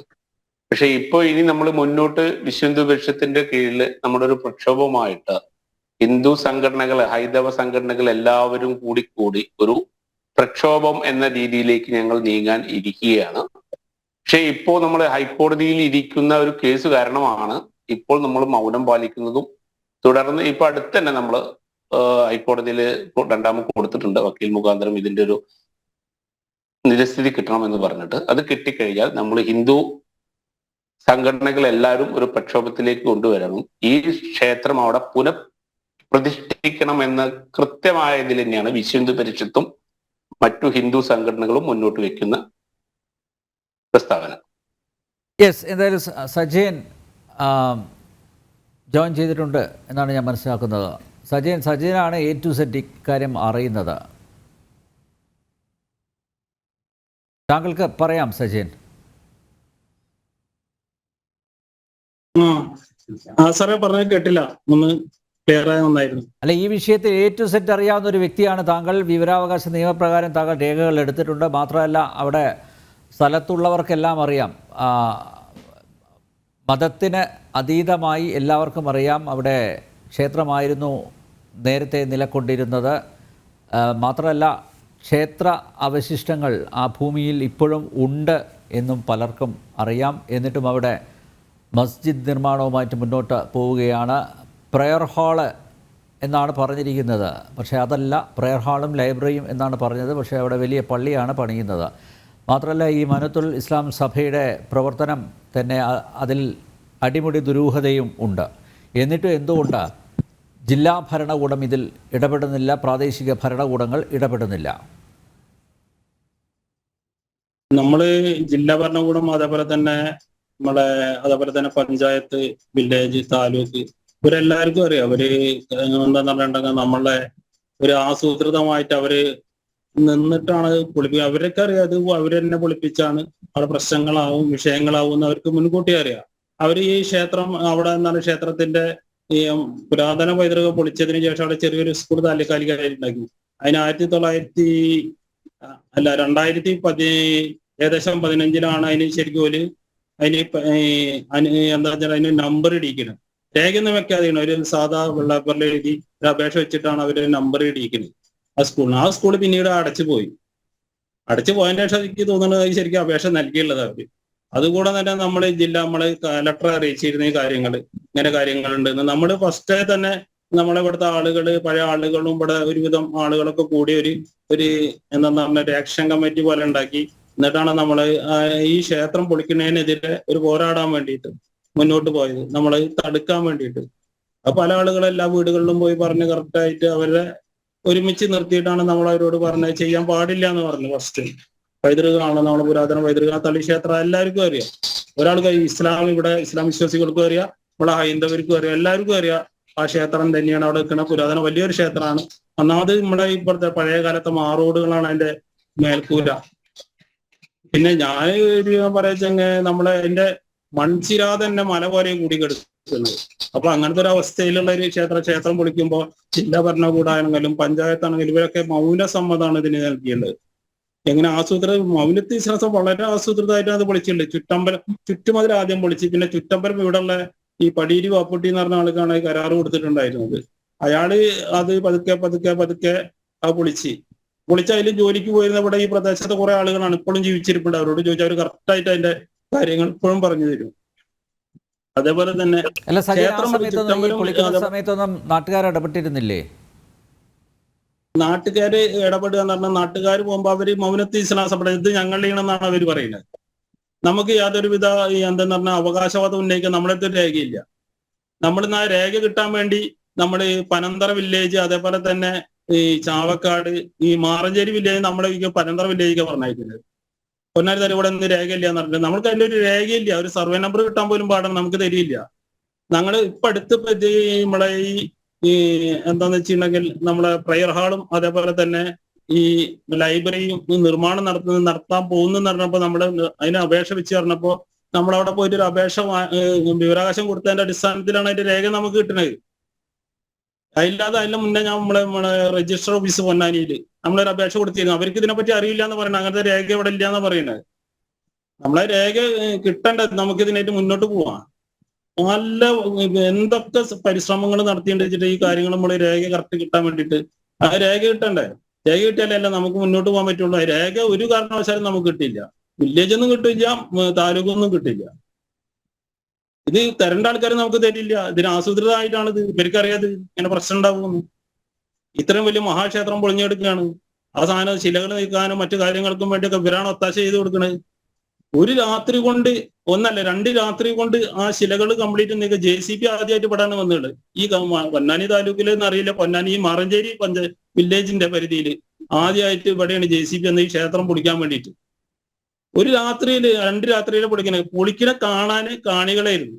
അവർ ബെഞ്ച് അവിടെ തൊട്ടടുത്ത മദ്രസയിൽ നിന്ന് ബെഞ്ചിട്ടിട്ട് അവരിരുന്ന് കാണിയിരുന്നു. അതിൽ മുഖ്യ പങ്കും വഹിച്ചൊരു മുസ്ലിം ലീഗാണ് ഇവിടുത്തെ.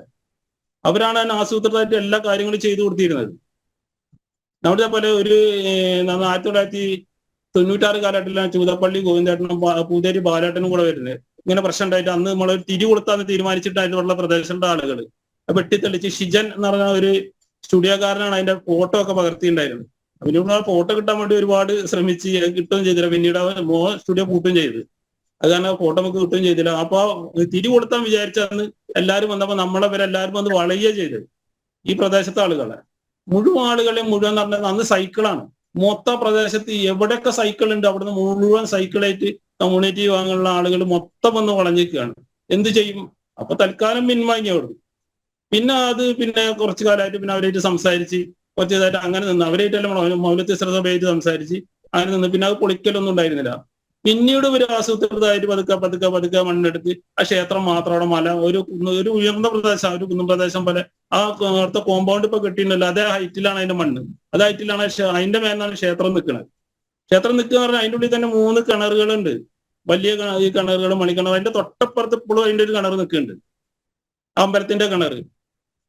പിന്നെ ഈ അടുത്ത കാലത്ത് തന്നെ അവിടെ ഉണ്ടായിരുന്ന സംഭവം എന്ന് പറഞ്ഞിട്ടുണ്ടെങ്കിൽ ഈ ഫുട്ബോൾ കളിക്കുന്ന കുട്ടികൾ ഈ ശിലകളും ഈ ക്ഷേത്രശിലകളൊക്കെ ഇട്ട് പരത്തിക്കാനുള്ള അവര് ആ ശിലകൾ കംപ്ലീറ്റ് കുട്ടികളൊക്കെ ഇതാക്കിയിട്ട് ഫോട്ടോ എടുത്ത് വാട്സപ്പിലൊക്കെ വിട്ടിട്ട് അവരെന്നെ കംപ്ലീറ്റ് അവിടെ നിന്ന് കളിക്കേണ്ടെന്നാണ് പറഞ്ഞു വിട്ട് തൊഴിലുറപ്പേര് അവിടെ പൊന്തയും കാടും മട്ടും. അപ്പൊ തൊഴിലുറപ്പേര് അവരെന്ത് പണിയത് ഇവിടെ വർക്ക് ചെയ്യേണ്ട, അവിടെ ഒരു ജോലിയും ചെയ്യേണ്ടെന്ന് പറഞ്ഞാൽ അവരെ മുഴുവൻ ആളുകളെയും പറഞ്ഞയച്ചു. അതിൻ്റെ ഉള്ളിൽ ഒരാളെ പോലും അവർ കയറാൻ സമ്മതിക്കില്ല. അവരുടെ ഒരു കുത്തക മുതൽ പോലെ. എന്ത് ഈ ക്ഷേത്രം എന്ന് പറഞ്ഞിട്ടുണ്ടെങ്കിൽ 1918 തന്നെ ഈ ക്ഷേത്രത്തിൽ കേസുണ്ട്. കൊള്ളടിച്ചതിനും പൊളിച്ചതിനും കേസുണ്ട്. 1918, 1920, 1922, 24. അല്ല, അന്ന് പൊളിച്ചതാരാ സജയൻ? അന്ന് പൊളിച്ചത് വല്യറമ്പത്ത് ജനീദ്, അതേപോലെ തന്നെ അരീക്കര മുഹമ്മദ്, ബാക്കനകത്ത് അബ്ദുറഹ്മാൻ എന്ന് പറഞ്ഞ ആളുകളാണ് അന്ന് ഇത് പൊളിച്ചിട്ടുള്ളത്. അവർക്കെതിരെ കേസ് കൊടുത്തുള്ള ആളുകള് നമ്മുടെ മലപ്പുറം ജില്ലാ കളക്ടർ, അതേപോലെ തന്നെ അന്ന് ഗുരുവായൂർ ദേവസ്വം ട്രസ്റ്റിയാണ്. ദേവസ്വം ട്രസ്റ്റ്, മല്ലിശ്ശേരി 1921 മാപ്പിള ലഹളയുമായിട്ട് ബന്ധപ്പെട്ട പ്രശ്നങ്ങളുടെ അടിസ്ഥാനത്തിലാണോ അന്ന് പൊളിച്ചത്? മാപ്പിള ലഹള നടക്കുമ്പോഴും ഇതിൽ കൂടെ മുതലെടുക്കുന്നവരുണ്ട്. ഈ ക്ഷേത്രത്തിന്റെ ഈ ഉരുപ്പടികൾ മുഴുവൻ സ്വർണ്ണമായിരുന്നു എന്നാ പറയുന്നത്. പല ആളുകളും ആ സ്വർണ്ണം എടുത്തു കൊടുക്കുന്ന ആളുകളും ഉണ്ട്, വീട്ടിൽ കൊണ്ടുപോയി കൂച്ചിട്ട ആളുകളുണ്ട്. ഇവിടെ പല ആളുകളും ഉണ്ട് അതിനോട് ബന്ധപ്പെട്ടിട്ട്. അത് അധികം കമ്മ്യൂണിറ്റി വിഭാഗങ്ങൾ തന്നെയാണ് ഇത് ചെയ്തിട്ടുള്ളത്. അവിടെ ഒരു വലിയ വിഗ്രഹം, ശ്രീപാർവതി വിഗ്രഹം, ഒരു വലിയ വിഗ്രഹം ഉണ്ടായിരുന്നു. അത് ഒരു സ്വർണ്ണ ദണ്ടിലാണ് ഇത്ര എപ്പോഴും പറയും വരും. ഇവിടെ ഉള്ള ഒരു കണ്ടാണ് തച്ചടച്ചത്. ഈ എന്താണ് ഒരു ഔക്കര് എന്ന് പറഞ്ഞ ആള്, അയാളാണ് കുറെ കാലം ഇങ്ങനെ നോക്കിക്കൊണ്ടിരുന്നിരുന്നത്. പള്ളത്തെ ഔക്കര്. നമ്മള് വിചാരിക്കുന്ന പോലെയല്ല. നമ്മള് വമ്പം വ്യാപ്തിയുള്ള ഇതിന്റെ കേസ് തന്നെ അങ്ങേയറ്റം പോയിക്കണം. ഇവിടെ മുനിസിപ്പൽ കോടതിയിലല്ല, മുനിസിപ്പൽ കോടതി അത് സെക്ഷൻ കോടതിയിലും അതേപോലെ തന്നെ ജില്ലാ കോടതിയിലും അങ്ങനെ പോയിട്ടുണ്ട്. ഹൈക്കോടതി വരെ പോയിണ്ടായി. ചെന്നൈ കോടതി വരെ കേസ് പോയിട്ടുണ്ട്. എന്നിട്ട് അനുകൂലമായിട്ടുള്ള ഒരു വിധി കിട്ടിയില്ല. ക്ഷേത്രത്തിന് അനുകൂലമായ വിധിയായി കിട്ടിയിരിക്കാനാണ് സാധ്യത. എന്താന്ന് വെച്ചിട്ടുണ്ടെങ്കിൽ 1905 സർവേ നമ്പറിനും അത് ക്ഷേത്രമായിട്ട് തന്നെയാണ് കാണിക്കുന്നത്. 1936 നവംബർ 1 ഈ സർവേയിലും അത് ക്ഷേത്രഭൂമിയായിട്ട് തന്നെ കാണിക്കുന്നത്. ഒഴിച്ചിട്ട ക്ഷേത്രഭൂമിയായിട്ടാണ് കാണിക്കുന്നത്, അൺഅസസ്ഡ് ആയിട്ടാണ് കാണിക്കുന്നത്. അത് ഇവിടെ വേറൊരു കാര്യം കൂടി ചെയ്തിട്ടുണ്ട്. ഇപ്പൊ ഈ രേഖ തിരുമാറി ചെയ്യുമ്പോൾ ഈ ടൈപ്പ് ഉണ്ടല്ലോ, നമ്മളെ ഭൂമിയുടെ ടൈപ്പ് തന്നെ അവർ മാറ്റി കളഞ്ഞുണ്ട്. ടൈപ്പ് എന്ന് പറഞ്ഞിട്ടുണ്ടെങ്കിൽ എന്താന്ന് വെച്ചിട്ടുണ്ടെങ്കിൽ ഇതിന്റെ അസ്ഥിര പുഞ്ച എന്നുള്ള ഒരു ടൈപ്പ് മാറ്റിയത്. ശരിക്കും ഇത് ഈ അസ്ഥിര പുഞ്ചാണ് നമ്മുടെ ക്ഷേത്രഭൂമി. അല്ല, അസ്ഥിര പുഞ്ചാന്നാണ് ഇപ്പൊ അവര് ചെയ്തിട്ടുള്ളത്. അല്ല, സ്ഥിര പുഞ്ചാന്നാണ് ഇവര് ഈ രേഖയിൽ തിരിമറി ചെയ്തിട്ടുണ്ട്. അതേപോലെ തന്നെ ഇവർ രേഖയിൽ വ്യാപക തിരിമറി നടത്തിയിട്ടുണ്ട്. എന്തായാലും വില്ലേജിൽ ഒരു പട്ടയ നമ്പർ, അതേപോലെ തന്നെ ആധാരത്തിൽ വേറെ പട്ടയ നമ്പർ. ഇപ്പൊ പറഞ്ഞു തിരു ദിനേശ്. ആ രേഖ വായിച്ചാൽ തന്നെ എന്താ പറയുക, ഇത് പിന്നെ ഒന്നാമത് കൊങ്ങണംപെട്ടി മുഹമ്മദ് കൊടുത്തെന്ന് പറഞ്ഞിട്ടുണ്ടായിരുന്നു. മരണപ്പെട്ടു ആമിനമ്മയ്ക്ക് എവിടുന്നാണ് ഈ ഭൂമി കിട്ടിയത്? ആമിനമ്മയ്ക്ക് കിട്ടിയ രേഖയുമായി നമ്മൾ ഈ ആധാർ നമ്പർ ആയിട്ട് നമ്മൾ പോയപ്പോ അങ്ങനത്തെ ഒരു ആധാരം അവിടെ ഇല്ല എന്നാണ് നമുക്ക് രജിസ്റ്റർ ഓഫീസിൽ തന്നുള്ളത്. അപ്പൊ അത് വ്യാജാണ്, സാധനം കാണാനില്ല എന്നാണ് പറയുന്നത്. അല്ല, അങ്ങനത്തെ ഒരു ആധാരം അവിടെ ഇല്ല. ബാക്കി എല്ലാ ആധാരം അവിടെ ഉണ്ട്.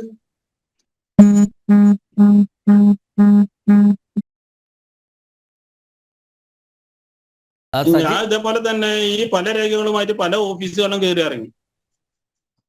സജയൻ, ഈ പഞ്ചായത്തിൻ്റെയും ടൗൺ പ്ലാനറുടെയും അനുവാദം ഇല്ലാതെയാണ് മൗനത്തുൽ ഇസ്ലാം സഭ മസ്ജിദിൻ്റെ നിർമ്മാണം നടത്തിയത്. നിർമ്മാണം നടന്നുകൊണ്ടിരിക്കെ പരാതി ഉയർന്നതിനെ തുടർന്ന് ഈ panchayat secretary, Maranchery panchayat secretary stop memo ഉത്തരവ് ഇറക്കുകയും അതിനെതിരെ അടിയന്തര നടപടിയെടുക്കണമെന്ന് ആവശ്യപ്പെട്ട് പോലീസിൽ അറിയിപ്പ് നൽകുകയും ചെയ്തിരുന്നു. അത് സംബന്ധിച്ച ഉത്തരവ് ഈ ഇസ്ലാം സഭ ഭാരവാഹികൾക്കും അയച്ചിരുന്നു. പക്ഷേ പിന്നീടും നിർമ്മാണം മുന്നോട്ട് പോയി, പിന്നെ അത് പൂർത്തീകരിക്കുകയും ചെയ്തു. ഇപ്പം നിലവിൽ ആ പള്ളി പണി മൊത്തത്തിൽ പൂർത്തിയായോ? അത് ആ പള്ളി പണി ഇപ്പൊ അടുത്ത് മൊത്തത്തിൽ പൂർത്തിയായിട്ട് ഇപ്പോ 1-2 മാസമായി അതിന്റെ ഒരു ഉദ്ഘാടന കർമ്മം കഴിച്ചിട്ട്. ഉദ്ഘാടനം കഴിഞ്ഞോ? പള്ളിയുടെ ഉദ്ഘാടനം കഴിച്ചപ്പോ 2 മാസമായി ഏകദേശം ഉദ്ഘാടനം കഴിച്ചിട്ട്. അപ്പൊ ഈ 2 മാസം ഉദ്ഘാടനം ആയി കഴിഞ്ഞിട്ട് നമ്മൾ 2 മാസത്തിന് മുന്നേ തന്നെ ഗ്രാമസഭ ഉണ്ടായിരുന്നു. ഇവിടെ മാറഞ്ചേരി പഞ്ചായത്തിന് 1-ാം വാർഡാണ്. ഇവിടെ ഗ്രാമസഭയിൽ നമ്മൾ ഒരു പരാതി വെച്ചിരുന്നു. നമ്മുടെ ആളുകൾ, ഇവിടെ ഹിന്ദു ആളുകൾ എല്ലാവരും കൂടി, ഹൈന്ദവ വിശ്വാസികൾ എല്ലാവരും കൂടി ഒരു പരാതി കൊടുത്തിട്ടുണ്ടായിരുന്നു ഗ്രാമസഭയിൽ. അടിയന്തര നടപടി സ്വീകരിക്കണം എത്രയും പെട്ടെന്ന്, അല്ലാത്ത പക്ഷം മറ്റു നടപടിക്രമങ്ങളുമായി ഞങ്ങൾ മുന്നോട്ട് പോകുമെന്ന് പറഞ്ഞിട്ട്. അപ്പൊ അവർ അടിയന്തര നടപടി സ്വീകരിക്കാൻ പറഞ്ഞാൽ ഇതുവരെ അതിന് യാതൊരു നടപടി എടുത്തിട്ടില്ല. ഇവര് ഭരണസ്വാധീനം കൊണ്ട്, അവരെ ഒത്താശ കൊണ്ടാണ് ഈ കാര്യങ്ങൾ ചെയ്യുന്നത്. നമ്മളൊക്കെ അറിയുന്ന ആളുകളല്ല, നമുക്ക് കുറെയൊക്കെ പൊതുപ്രവർത്തനം നടത്തിയിട്ടുള്ള ആളുകളാണ്. നമുക്കറിയാം ഈ കാര്യങ്ങൾ എന്താണ് ചെയ്യണതെന്നും അല്ലെങ്കിൽ അതിന്റെ ആളുകൾ എന്തൊക്കെയാണ് ചെയ്തു കൊടുക്കണമെന്നും. നമ്മളിവിടെ വന്ന ഇസ്ലാം സഭയുടെ ആളുകൾക്ക് ഫോൺ ചെയ്ത് പറഞ്ഞു കൊടുക്കുക, എന്നെ ആളുകൾ ആവശ്യമായിട്ട് വന്നിട്ടുണ്ട് അത് കാര്യങ്ങൾ. ഇതേപോലെ തന്നെയാണ് അവര് ഈ എന്നോട് പറഞ്ഞ് അവിടെയുള്ള ഒരു ലൈബ്രറി ഹാള് മുന്നേ ഉണ്ടായിരുന്ന നിർമ്മാണമാണ്. ഞാൻ പറയുന്നത് മുന്നേ ഉണ്ടായ നിർമ്മാണമല്ല, ഇപ്പൊ പുതിയ നിർമ്മിച്ചാണ്. അത് ഇനി ഇവിടെ എന്നങ്ങൾ സിസ്റ്റത്തിൽ കാണിച്ചാൽ മുന്നേ നിർമ്മാണം, സിസ്റ്റത്തിൽ നോക്കുമ്പോ ഇല്ല. ഇതൊക്കെയാണ് ഇവിടെ നടക്കുന്നത്. വെറുതെ വലിയ കെട്ടിടങ്ങൾ ഉണ്ടാക്കുക, നഗത കെട്ടിടങ്ങൾക്ക് കംപ്ലീറ്റ് ഒത്താശയും ചെയ്തു കൊടുക്കുക മൗലത്ത് ഇസ്ലാം സഭയ്ക്ക്. മൗലത്ത് ഇസ്ലാം സഭ എന്ന് പറഞ്ഞാൽ നമ്മള് അടിമുടി ദുരൂഹതയാണ് അവിടെ നടക്കുന്നത്. അവിടെ നടക്കുന്ന അതിക്രമം നമ്മള് അതിലേക്ക് ചാനലേരോ മറ്റു കാര്യങ്ങളോ അല്ല മാധ്യമങ്ങളോ ചെല്ലാത്ത കാരണമാണ്. അവിടെ എന്തൊക്കെയാണ് മൗലത്ത് ഇസ്ലാം മതപ്രവർത്തനവുമായി ബന്ധപ്പെട്ടിട്ട് വളരെ പ്രശ്നങ്ങൾ നടക്കുന്നുണ്ട്. അതിൻ്റെ ഉള്ളില് മരണപ്പെടുന്നുണ്ട് ഇഷ്ടംമാതിരി ആളുകള്. നമ്മൾ വിചാരിക്കുന്ന പറയുന്നില്ല, ഈ അനർഹമായ സ്വത്തുക്കൾ കംപ്ലീറ്റ് അവരെടുത്താണ്. ഹെക്ടർ കണക്കിന് സ്വത്തുക്കളാണ് അവരെടുത്ത് ഓരോരുത്തരെ വഖഫ് ചെയ്തിരിക്കുകയാണെന്ന് പറയുന്നത്.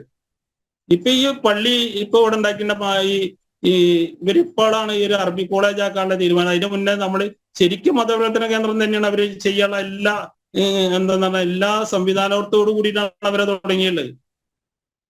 കുറെ കാലം ഇങ്ങനെ ഒഴിച്ചിട്ട് ആ ക്ഷേത്രത്തിന്റെ ശിലയുടെ മേലിരുന്ന പൈപ്പ് ഒരു വിഗ്രഹത്തിന്റെ മേലിരുന്ന് കാല് ചവിട്ടി കഴിഞ്ഞിരുന്നത്. ഇതൊക്കെ എന്ന് പറഞ്ഞാൽ അവര് ഒരു പ്രത്യേക വിഭാഗത്തെ ഒന്നുമല്ലാതെ ഇത് നമ്മുടെ മാത്രം പ്രശ്നമല്ല, ഈ നമ്മുടെ കേരളത്തിലെ മുഴുവൻ ഹൈന്ദവരുടെ പ്രശ്നമാണിത്. ഒരു പ്രത്യേക വിഭാഗത്തെ അല്ലെങ്കിൽ അതിന്റെ വിശ്വാസികളെ യാതൊരു കാരണവശാലും അംഗീകരിക്കില്ല. അത് ഞങ്ങൾ അംഗീകരിക്കാൻ പറ്റില്ല. അവിടെ വിശ്വാസങ്ങളും അവരുടെ ചരിത്രങ്ങളും സ്മാരകങ്ങളുമായ പൈതൃകങ്ങളും ഇല്ലാതെ ആക്കണം. അവിടെ നമ്മുടേതായ നമ്മുടെ സ്മാരകങ്ങൾ സ്ഥാപിക്കണം എന്നുള്ള ഒറ്റ ചിന്താഗതിയാണ്. അല്ലാതെ ഈ ക്ഷേത്രം ഇത്രയും വലിയ മഹാക്ഷേത്രം പൊളിക്കുമ്പോൾ ഒരു ലേശയില്ല. ഒരാളിന്ന് വഖഫ് ചെയ്യുകയാണെങ്കിൽ അവർ പറയണ്ടേ ഈ സാധനം നമുക്ക് പറ്റില്ല കേട്ടോ, ക്ഷേത്രമാണ്. അവര് മതേതരത്താണെങ്കിൽ അങ്ങനെയാണ് പറയേണ്ടത്. മതേതരത്വം എന്ന് പറഞ്ഞാൽ എന്താണെന്ന് അറിയാലോ താങ്കൾക്ക്. അതിനെ തരാതരം ഡിഫൈൻ ചെയ്ത് പോവുകയാണല്ലോ ഇവിടുത്തെ ഇടത് വലത് മുന്നണികൾ. ശ്രീ ദിനേശ്, ഇപ്പോൾ കാലിനടിയിൽ നിന്ന് മണ്ണ് ഒലിച്ചു പോവുകയാണ് അല്ലേ?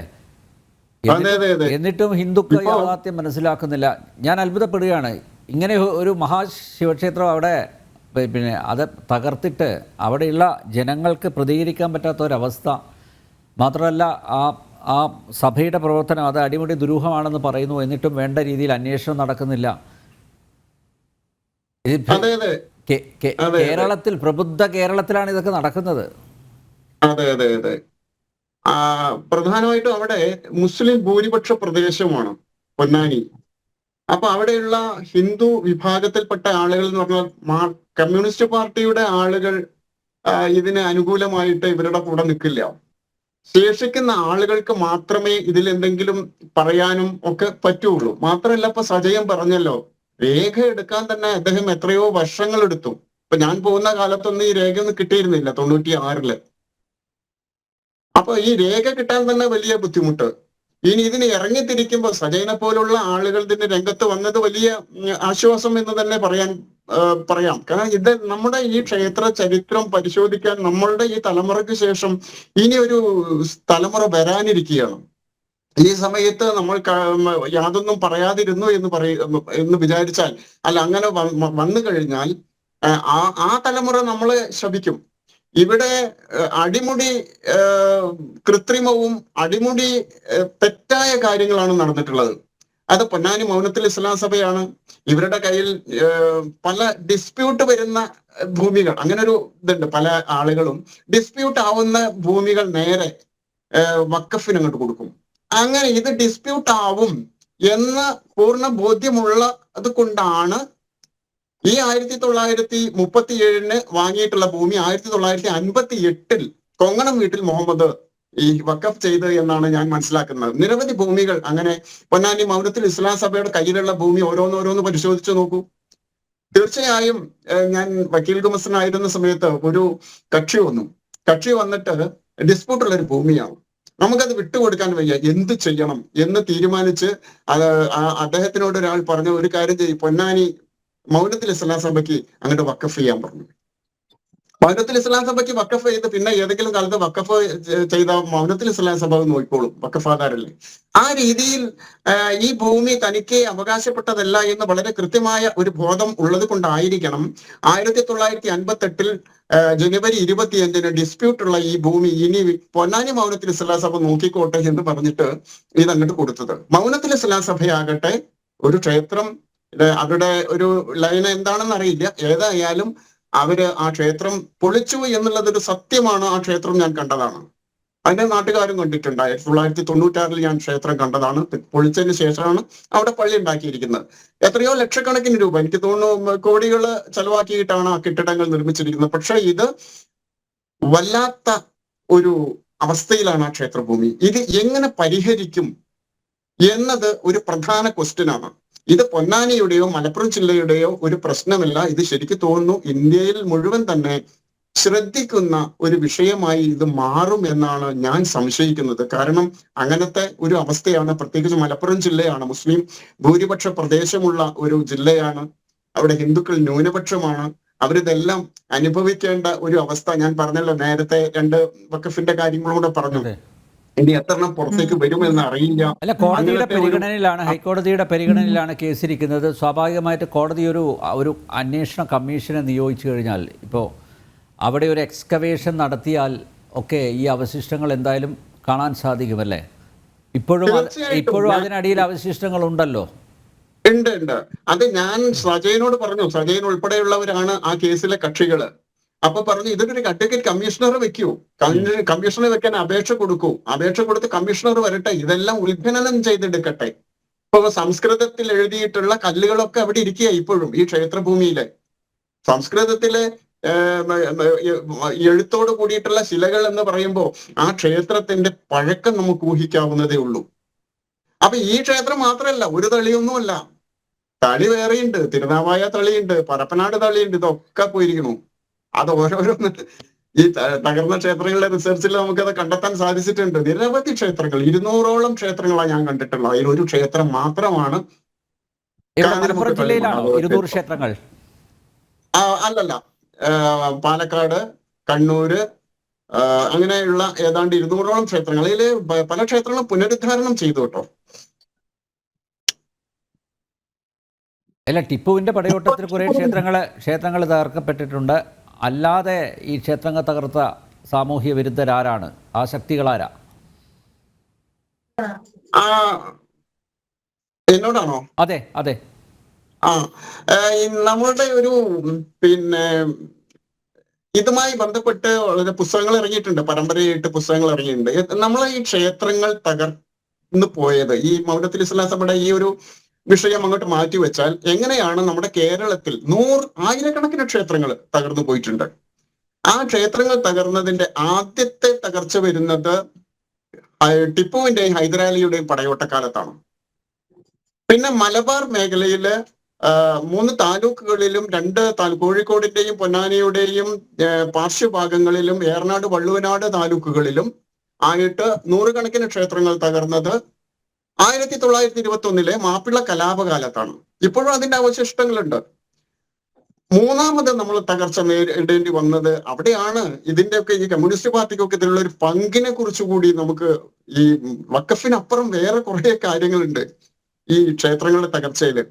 നമുക്ക് നമ്മുടെ ഓരോ ക്ഷേത്രത്തിലും ചെന്ന് കഴിഞ്ഞാൽ വഴിപാടിന്റെ വിവരം കാണാം. വലിയ ബോർഡ്, നെയ്വിളക്ക്, പുഷ്പാഞ്ജലി ഇത്ര ഇത്ര ഇത്ര. ഇങ്ങനൊരു സമ്പ്രദായം നമ്മുടെ കേരളത്തിൽ പഴയ കാലത്ത് ഉണ്ടായിരുന്നില്ല. ഓരോ ക്ഷേത്രത്തിനും നിരവധി ഭൂമി ഉണ്ടായിരുന്നു. എത്രയോ ഏക്കർ ഭൂമി ഓരോ ക്ഷേത്രത്തിനും ഉണ്ടായിരുന്നു. അത് ഓരോ ഊരാളന്മാരായിരുന്നു. അതിൽ നിന്ന് കിട്ടുന്ന ആദായം കൊണ്ടാണ് ആ ക്ഷേത്രങ്ങളുടെ ദൈനംദിന കഴിച്ചിലുകൾ വന്നിരുന്നത്. ഈ കമ്മ്യൂണിസ്റ്റ് പാർട്ടിക്കാർ പൊതുവെ ഇന്ന് പലരും കമ്മ്യൂണിസ്റ്റിന്റെ ആളുകള് ഈശ്വരവിശ്വാസികളെന്നൊക്കെ പറയേണ്ട കമ്മിറ്റികളൊക്കെ ഉണ്ട്, എല്ലാം ഉണ്ട്. പക്ഷെ ആ ഒരു കാലഘട്ടത്തില് EMS നമ്പൂതിരിപ്പാട് ഉൾപ്പെടെ, EMS നമ്പൂതിരിപ്പാട് മാറാക്കര എന്ന് പറയുന്ന സ്ഥലത്ത് ഒളിവിൽ കഴിഞ്ഞിരുന്ന സമയത്ത് നമ്പൂതിരിമാരെ ഈ കമ്മ്യൂണിസ്റ്റ് പാർട്ടിയിലേക്ക് കൊണ്ടുവന്നിട്ട് 6 or 7 ക്ഷേത്രങ്ങൾ ഇന്നും തകർന്ന നിലയിൽ കിടക്കുന്നുണ്ട് ഈ കാടാമ്പുഴ ആ മേഖലയില്. അത് അറിയാവുന്ന ആളുകൾ ഒക്കെ ഉണ്ട്. അപ്പൊ ഈ കമ്മ്യൂണിസ്റ്റ് പാർട്ടി ഏത് കാലത്തും പഴയ കാലത്തൊക്കെ ഈ ക്ഷേത്രത്തിന് എതിരായിരുന്നു. ഇന്ന് അതിനൊരു മാറ്റം വന്നു എന്ന് അവര് പറയുന്നുണ്ടെങ്കിലും ഈ ഭൂപരിഷ്കരണ നിയമം വന്നോട് കൂടിയിട്ട് അപ്പൊ ഇതെങ്ങനെയാണ് ക്ഷേത്രത്തിന് വരുമാനം ഉണ്ടാകുന്നത്? കുടിയാന്മാര്, നിരവധി കുടിയാന്മാരുണ്ടാവും. ഇപ്പൊ 1 ഏക്കറോ 2 ഏക്കറോ ഭൂമി, ക്ഷേത്രത്തിന്റെ ഭൂമി ഊരാളിൽ നിന്നും ഏറ്റുവാങ്ങി നെല്ലോ നാളികേരമോ ഒക്കെ ഉണ്ടാക്കി വർഷത്തിൽ ഒരു പ്രത്യേക അളവിൽ അല്ലെങ്കിൽ പ്രത്യേക ശതമാനം ക്ഷേത്രത്തിന് കൊടുക്കും. ആ ക്ഷേത്രത്തിന് കൊടുക്കുന്ന ആ വരുമാനത്തിന്റെ പണം കൊണ്ടാണ് ക്ഷേത്രങ്ങൾ നടന്നിരുന്നത്. ഇപ്പോഴും ഞാൻ പോയിരുന്ന പല ക്ഷേത്രങ്ങളിലും 2-3 ക്ഷേത്രങ്ങൾ, മലപ്പുറത്ത് തന്നെയുള്ള ഒരു ക്ഷേത്രത്തില് വലിയ പത്തായം, ആയിരക്കണക്കിന് ഏക്കർ നെല്ല് ഇടാവുന്ന ഒരു പത്തായം ഇതേപോലെ തന്നെ ഒരു ക്ഷേത്രത്തിൽ ഞാൻ കണ്ടിട്ടുണ്ട്. അപ്പൊ ഈ ഭൂപരിഷ്കരണ നിയമം വന്നതിന് ശേഷം ഇത് മുഴുവൻ കുടിയാന്മാരെ കൊണ്ടുപോയപ്പോ ഊരാളന്മാർക്ക് ഇത് നടത്തിക്കൊണ്ടുപോകാൻ കഴിയാത്തൊരവസ്ഥ വന്നു. അവര് കരഞ്ഞ് ആ താക്കോല് ഇട്ട് പൂട്ടി തിരിഞ്ഞു നോക്കാതെ അങ്ങനെ തകർന്നടിഞ്ഞ നിരവധി ക്ഷേത്രങ്ങൾ. അങ്ങനെ 3-4 ഘട്ടത്തിലാണ് ഇത്തരം ക്ഷേത്രഭൂമികൾ നമുക്ക് നഷ്ടമായത്. അതിന്റെ ഇടയിലാണ് ഈ പറഞ്ഞ തരത്തിലുള്ള ചില വഖഫുകളും ഒക്കെയായിട്ട് ഈ മാറുന്നത്.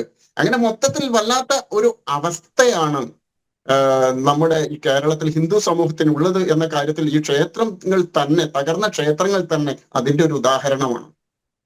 ഭരത് ഭൂഷൺ, തിരിച്ചു പിടിക്കാനുള്ള സമയം അതിക്രമിച്ചില്ലേ? It's high time.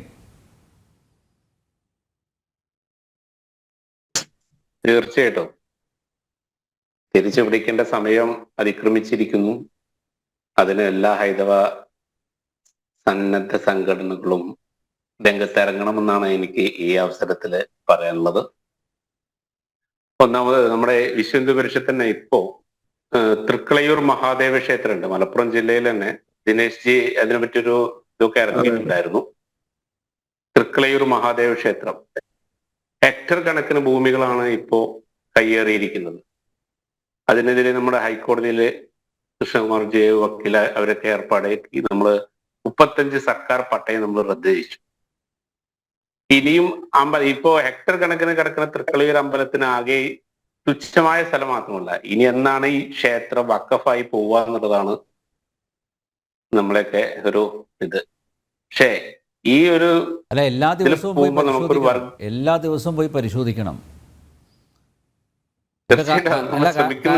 കാരണം ഇപ്പോൾ ബാങ്കുകളും പൊതുമേഖലാ ബാങ്കുകളും അതുപോലെ KSEFI വരെ ഇപ്പോൾ വഖഫ് ബോർഡിൻ്റെ NOC ആവശ്യപ്പെടുന്നുണ്ട് കേട്ടോ. ആ ഒരു തലത്തിലേക്ക് എത്തിയിരിക്കുകയാണ്. തീർച്ചയായിട്ടും. ഇപ്പൊ അടുത്ത് നമ്മളൊരു സുഹൃത്ത് ഒരു ഭൂമി അവൻ വാങ്ങിയിട്ട്, എന്റെ അറിവില് ആ സുഹൃത്ത് വാങ്ങിയിട്ട് 20-25 വർഷം മുന്നേ വാങ്ങിയ ഭൂമി ഇപ്പൊ അവിടെ കഴിഞ്ഞ ആഴ്ചയാണ് അവന് നോട്ടീസ് വന്നു. വഖഫ് ഭൂമിയാണ് അത്. ഇസ്ലാം കുടുംബം, അവനും എടുത്ത ആളും ഇസ്ലാം കുടുംബം, അവര് മുന്നേ എടുത്ത ഭൂമിയും ഇസ്ലാം കുടുംബമാണ്.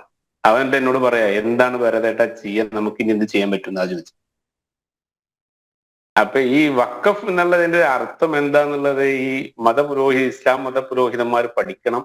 പഠിച്ചിട്ട് വേണം ഇതിന് കേരള സർക്കാർ എന്തെങ്കിലും മുന്നോട്ട് വെക്കണം എന്നുള്ളതാണ് എനിക്ക് പറയാനുള്ളത്. അല്ലാതെ ഇതൊരു ഹിന്ദു എന്നുള്ള നാമധാര വിഷയം മാത്രമല്ല ഇപ്പൊ വരുന്നത്.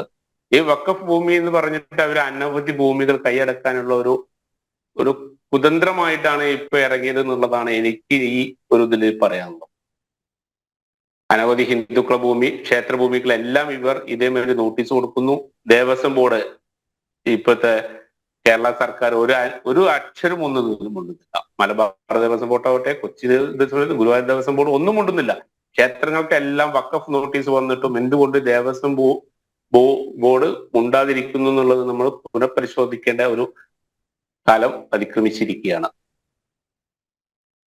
അത് മാത്രമല്ല, ഈ മൗനം, അതല്ലേ ആ മൗനം പാലിക്കുന്നവർ എന്തെങ്കിലും അവരുടെ നിലപാടെങ്കിലും വ്യക്തമാക്കണ്ടേ? എന്തുകൊണ്ടാണ് ഈ വിഷയത്തിൽ പ്രതികരിക്കാത്തത്, എന്തുകൊണ്ടാണ് ഇടപെടാത്തത് എന്നെങ്കിലും അവർ വ്യക്തമാക്കേണ്ടതല്ലേ? ഇത്രയും വലിയൊരു വിഷയം ഇപ്പം കേരളത്തിലെ മറ്റു മാധ്യമങ്ങളൊന്നും ഈ വിഷയം ചർച്ച ചെയ്യില്ല. നമ്മൾ പ്രതീക്ഷിക്കേണ്ട ഒരു പത്രത്തിലും ഇതൊന്നും വാർത്തയായിട്ട് പോലും വരില്ല. ഈ തമസ്കരിക്കുന്നതിൻ്റെ ഭാഗമായിട്ട് അറിയാലോ, തമസ്കരിക്കുക എന്നുള്ളത് അജണ്ടയാക്കി മുന്നോട്ട് പോകുന്ന നിരവധി മാധ്യമങ്ങളുണ്ട്. ഭൂരിപക്ഷം മാധ്യമങ്ങൾ അങ്ങനെയാണ്, തമസ്കരിക്കുക അജണ്ട. മാത്രമല്ല, ഞാൻ മനസ്സിലാക്കുന്നത് ഈ മൗനത്തുൽ ഇസ്ലാം സഭ അവർക്ക് ആരെയും വിലക്കെടുക്കാനുള്ള പവറുണ്ട് എന്നാണ് ഞാൻ മനസ്സിലാക്കുന്നത്. ഒരുപക്ഷെ വാങ്ങിയതായിരിക്കാം, സർക്കാർ ഉദ്യോഗസ്ഥരെ വില കൊടുത്ത് വാങ്ങിയിട്ടുണ്ടാവും, അതുപോലെ മാധ്യമങ്ങളെ വാങ്ങിയിട്ടുണ്ടാവും, ഇവിടെയുള്ള ഭരണകക്ഷിയിൽ ഉള്ളവരെയും അതുപോലെ പ്രതിപക്ഷത്തിരിക്കുന്നവരെയും വാങ്ങിയിട്ടുണ്ടാവും. അതുകൊണ്ടാണല്ലോ ആ മേഖലകളിൽ നിന്നൊന്നും പ്രതികരണം ഉയരാത്തത്. തീർച്ചയായിട്ടും നമ്മൾ ഈ ഒരു വിഷയവുമായിട്ട് അനവധി മീഡിയകൾക്ക് നമ്മൾ ഈ ന്യൂസ് കൊടുത്തിട്ടുണ്ടായിരുന്നു. ഇന്ന് ഈ നിമിഷം വരെ പ്രധാനപ്പെട്ട ഒരു മീഡിയകളും ഈ ന്യൂസ് കൊണ്ടുവന്നിട്ടില്ല ജനങ്ങളെ മുന്നിൽ.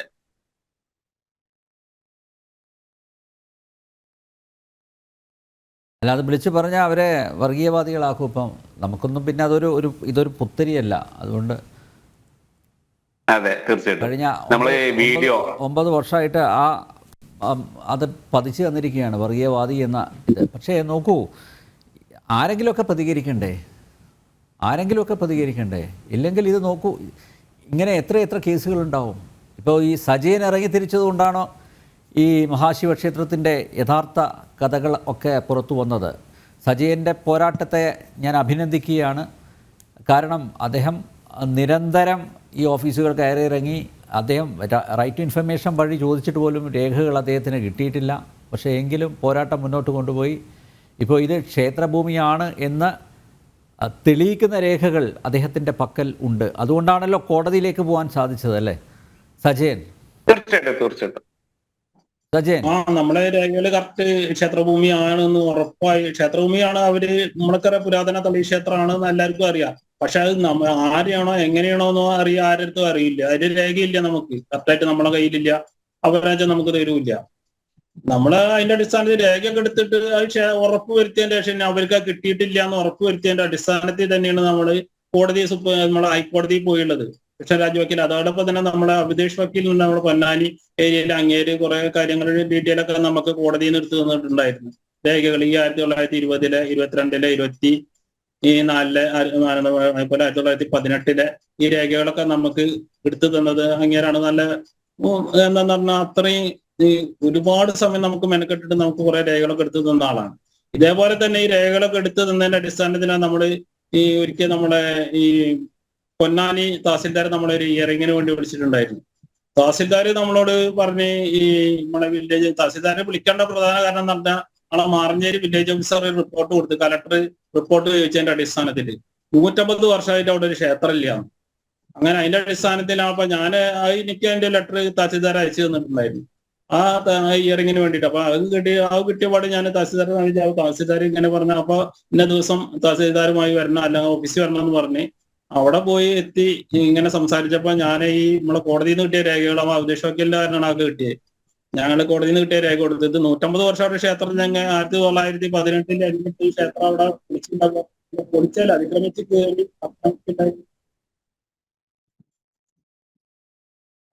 കയറി ആക്രമിച്ച് കാര്യങ്ങൾ അവർക്കെതിരെ എന്തെങ്കിലും കേസ് എടുത്തതെന്ന് ചോദിച്ചു. അതിന് കേസ് ഉണ്ട്. അപ്പോഴാ തഹസിൽദാർക്ക് അറിഞ്ഞെത്തുമ്പോ കേസ് ഉണ്ടോ കാര്യങ്ങളുണ്ടെന്ന് തഹസിൽദാർ മനസ്സിലാക്കുന്നത്. എന്നിട്ട് അത് നമ്മളെ കേസിന്റെ കെട്ടടക്കം നമ്മൾ തഹസിൽദാർക്ക് കൊടുത്തായിരുന്നു ആ കേസിന്റെ കാര്യങ്ങളൊക്കെ. ഇതേപോലെ തന്നെ ഓരോ പ്രശ്നങ്ങളും എന്ന് പറഞ്ഞിട്ടുണ്ടെങ്കിൽ നമ്മളെ ഈ ഭരണകൂടങ്ങൾ ഇതേപോലെ തന്നെ ഈ ക്ഷേത്രവുമായി ബന്ധപ്പെട്ടിട്ട് ഫസ്റ്റ് ടൈമിൽ ഒരു ഈ ഓൺലൈൻ വാർത്ത വന്നു. ദിനേശ് ചേട്ടന്റെ ഒരു ഫേസ്ബുക്ക് വാർത്തയെ തുടർന്ന് ഒരു എഴുതി വിട്ട ഇതിനെ തുടർന്ന് ആ ഫേസ്ബുക്ക് വാർത്തയെ തുടർന്നിട്ട് ഒരു ABC മലയാളം ചാനലിൽ ഒരു വാർത്ത വിട്ട് അതിനെ തുടർന്നിട്ട് നമ്മള് അതിനെ തുടർന്നിട്ട് തന്നെ നമ്മൾ ജില്ലാ ഭരണകൂടം സ്റ്റോപ്പ് മെമ്മോ കൊടുത്തെന്ന് അവർ പറയുന്നത് വർക്ക് നിർത്തിവെക്കാം. പത്രത്തിൽ കണ്ടാണ് ഞാൻ വാർത്ത, പത്രത്തിലെ ഒരു റിപ്പോർട്ട് ഞാൻ കണ്ടതാണ്.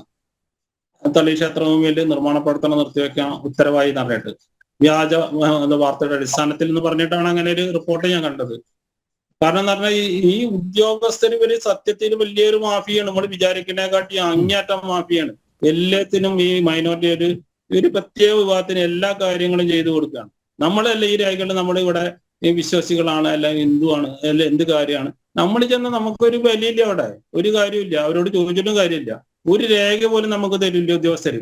ഉദ്യോഗസ്ഥർ എന്ന് പറഞ്ഞ ഒരു യൂണിയനാണ്, അവരാണ് തീരുമാനിക്കേണ്ടത് കൊടുക്കണ്ടെന്ന്. ഞാൻ ഇതേപോലെ തിരൂർ RDOക്ക് ഒരു രേഖ കൊടുത്തു, ഞാൻ ഇതിന്റെ രേഖ കിട്ടണം എന്ന് പറഞ്ഞിട്ട് തിരൂർ RDOക്ക് രേഖ കൊടുത്തപ്പോ നമ്മളോട് പറയണം അങ്ങനത്തെ രേഖ ഇവിടെ ഇല്ല. ഞാൻ പിന്നെ എവിടെ പോയി രേഖ.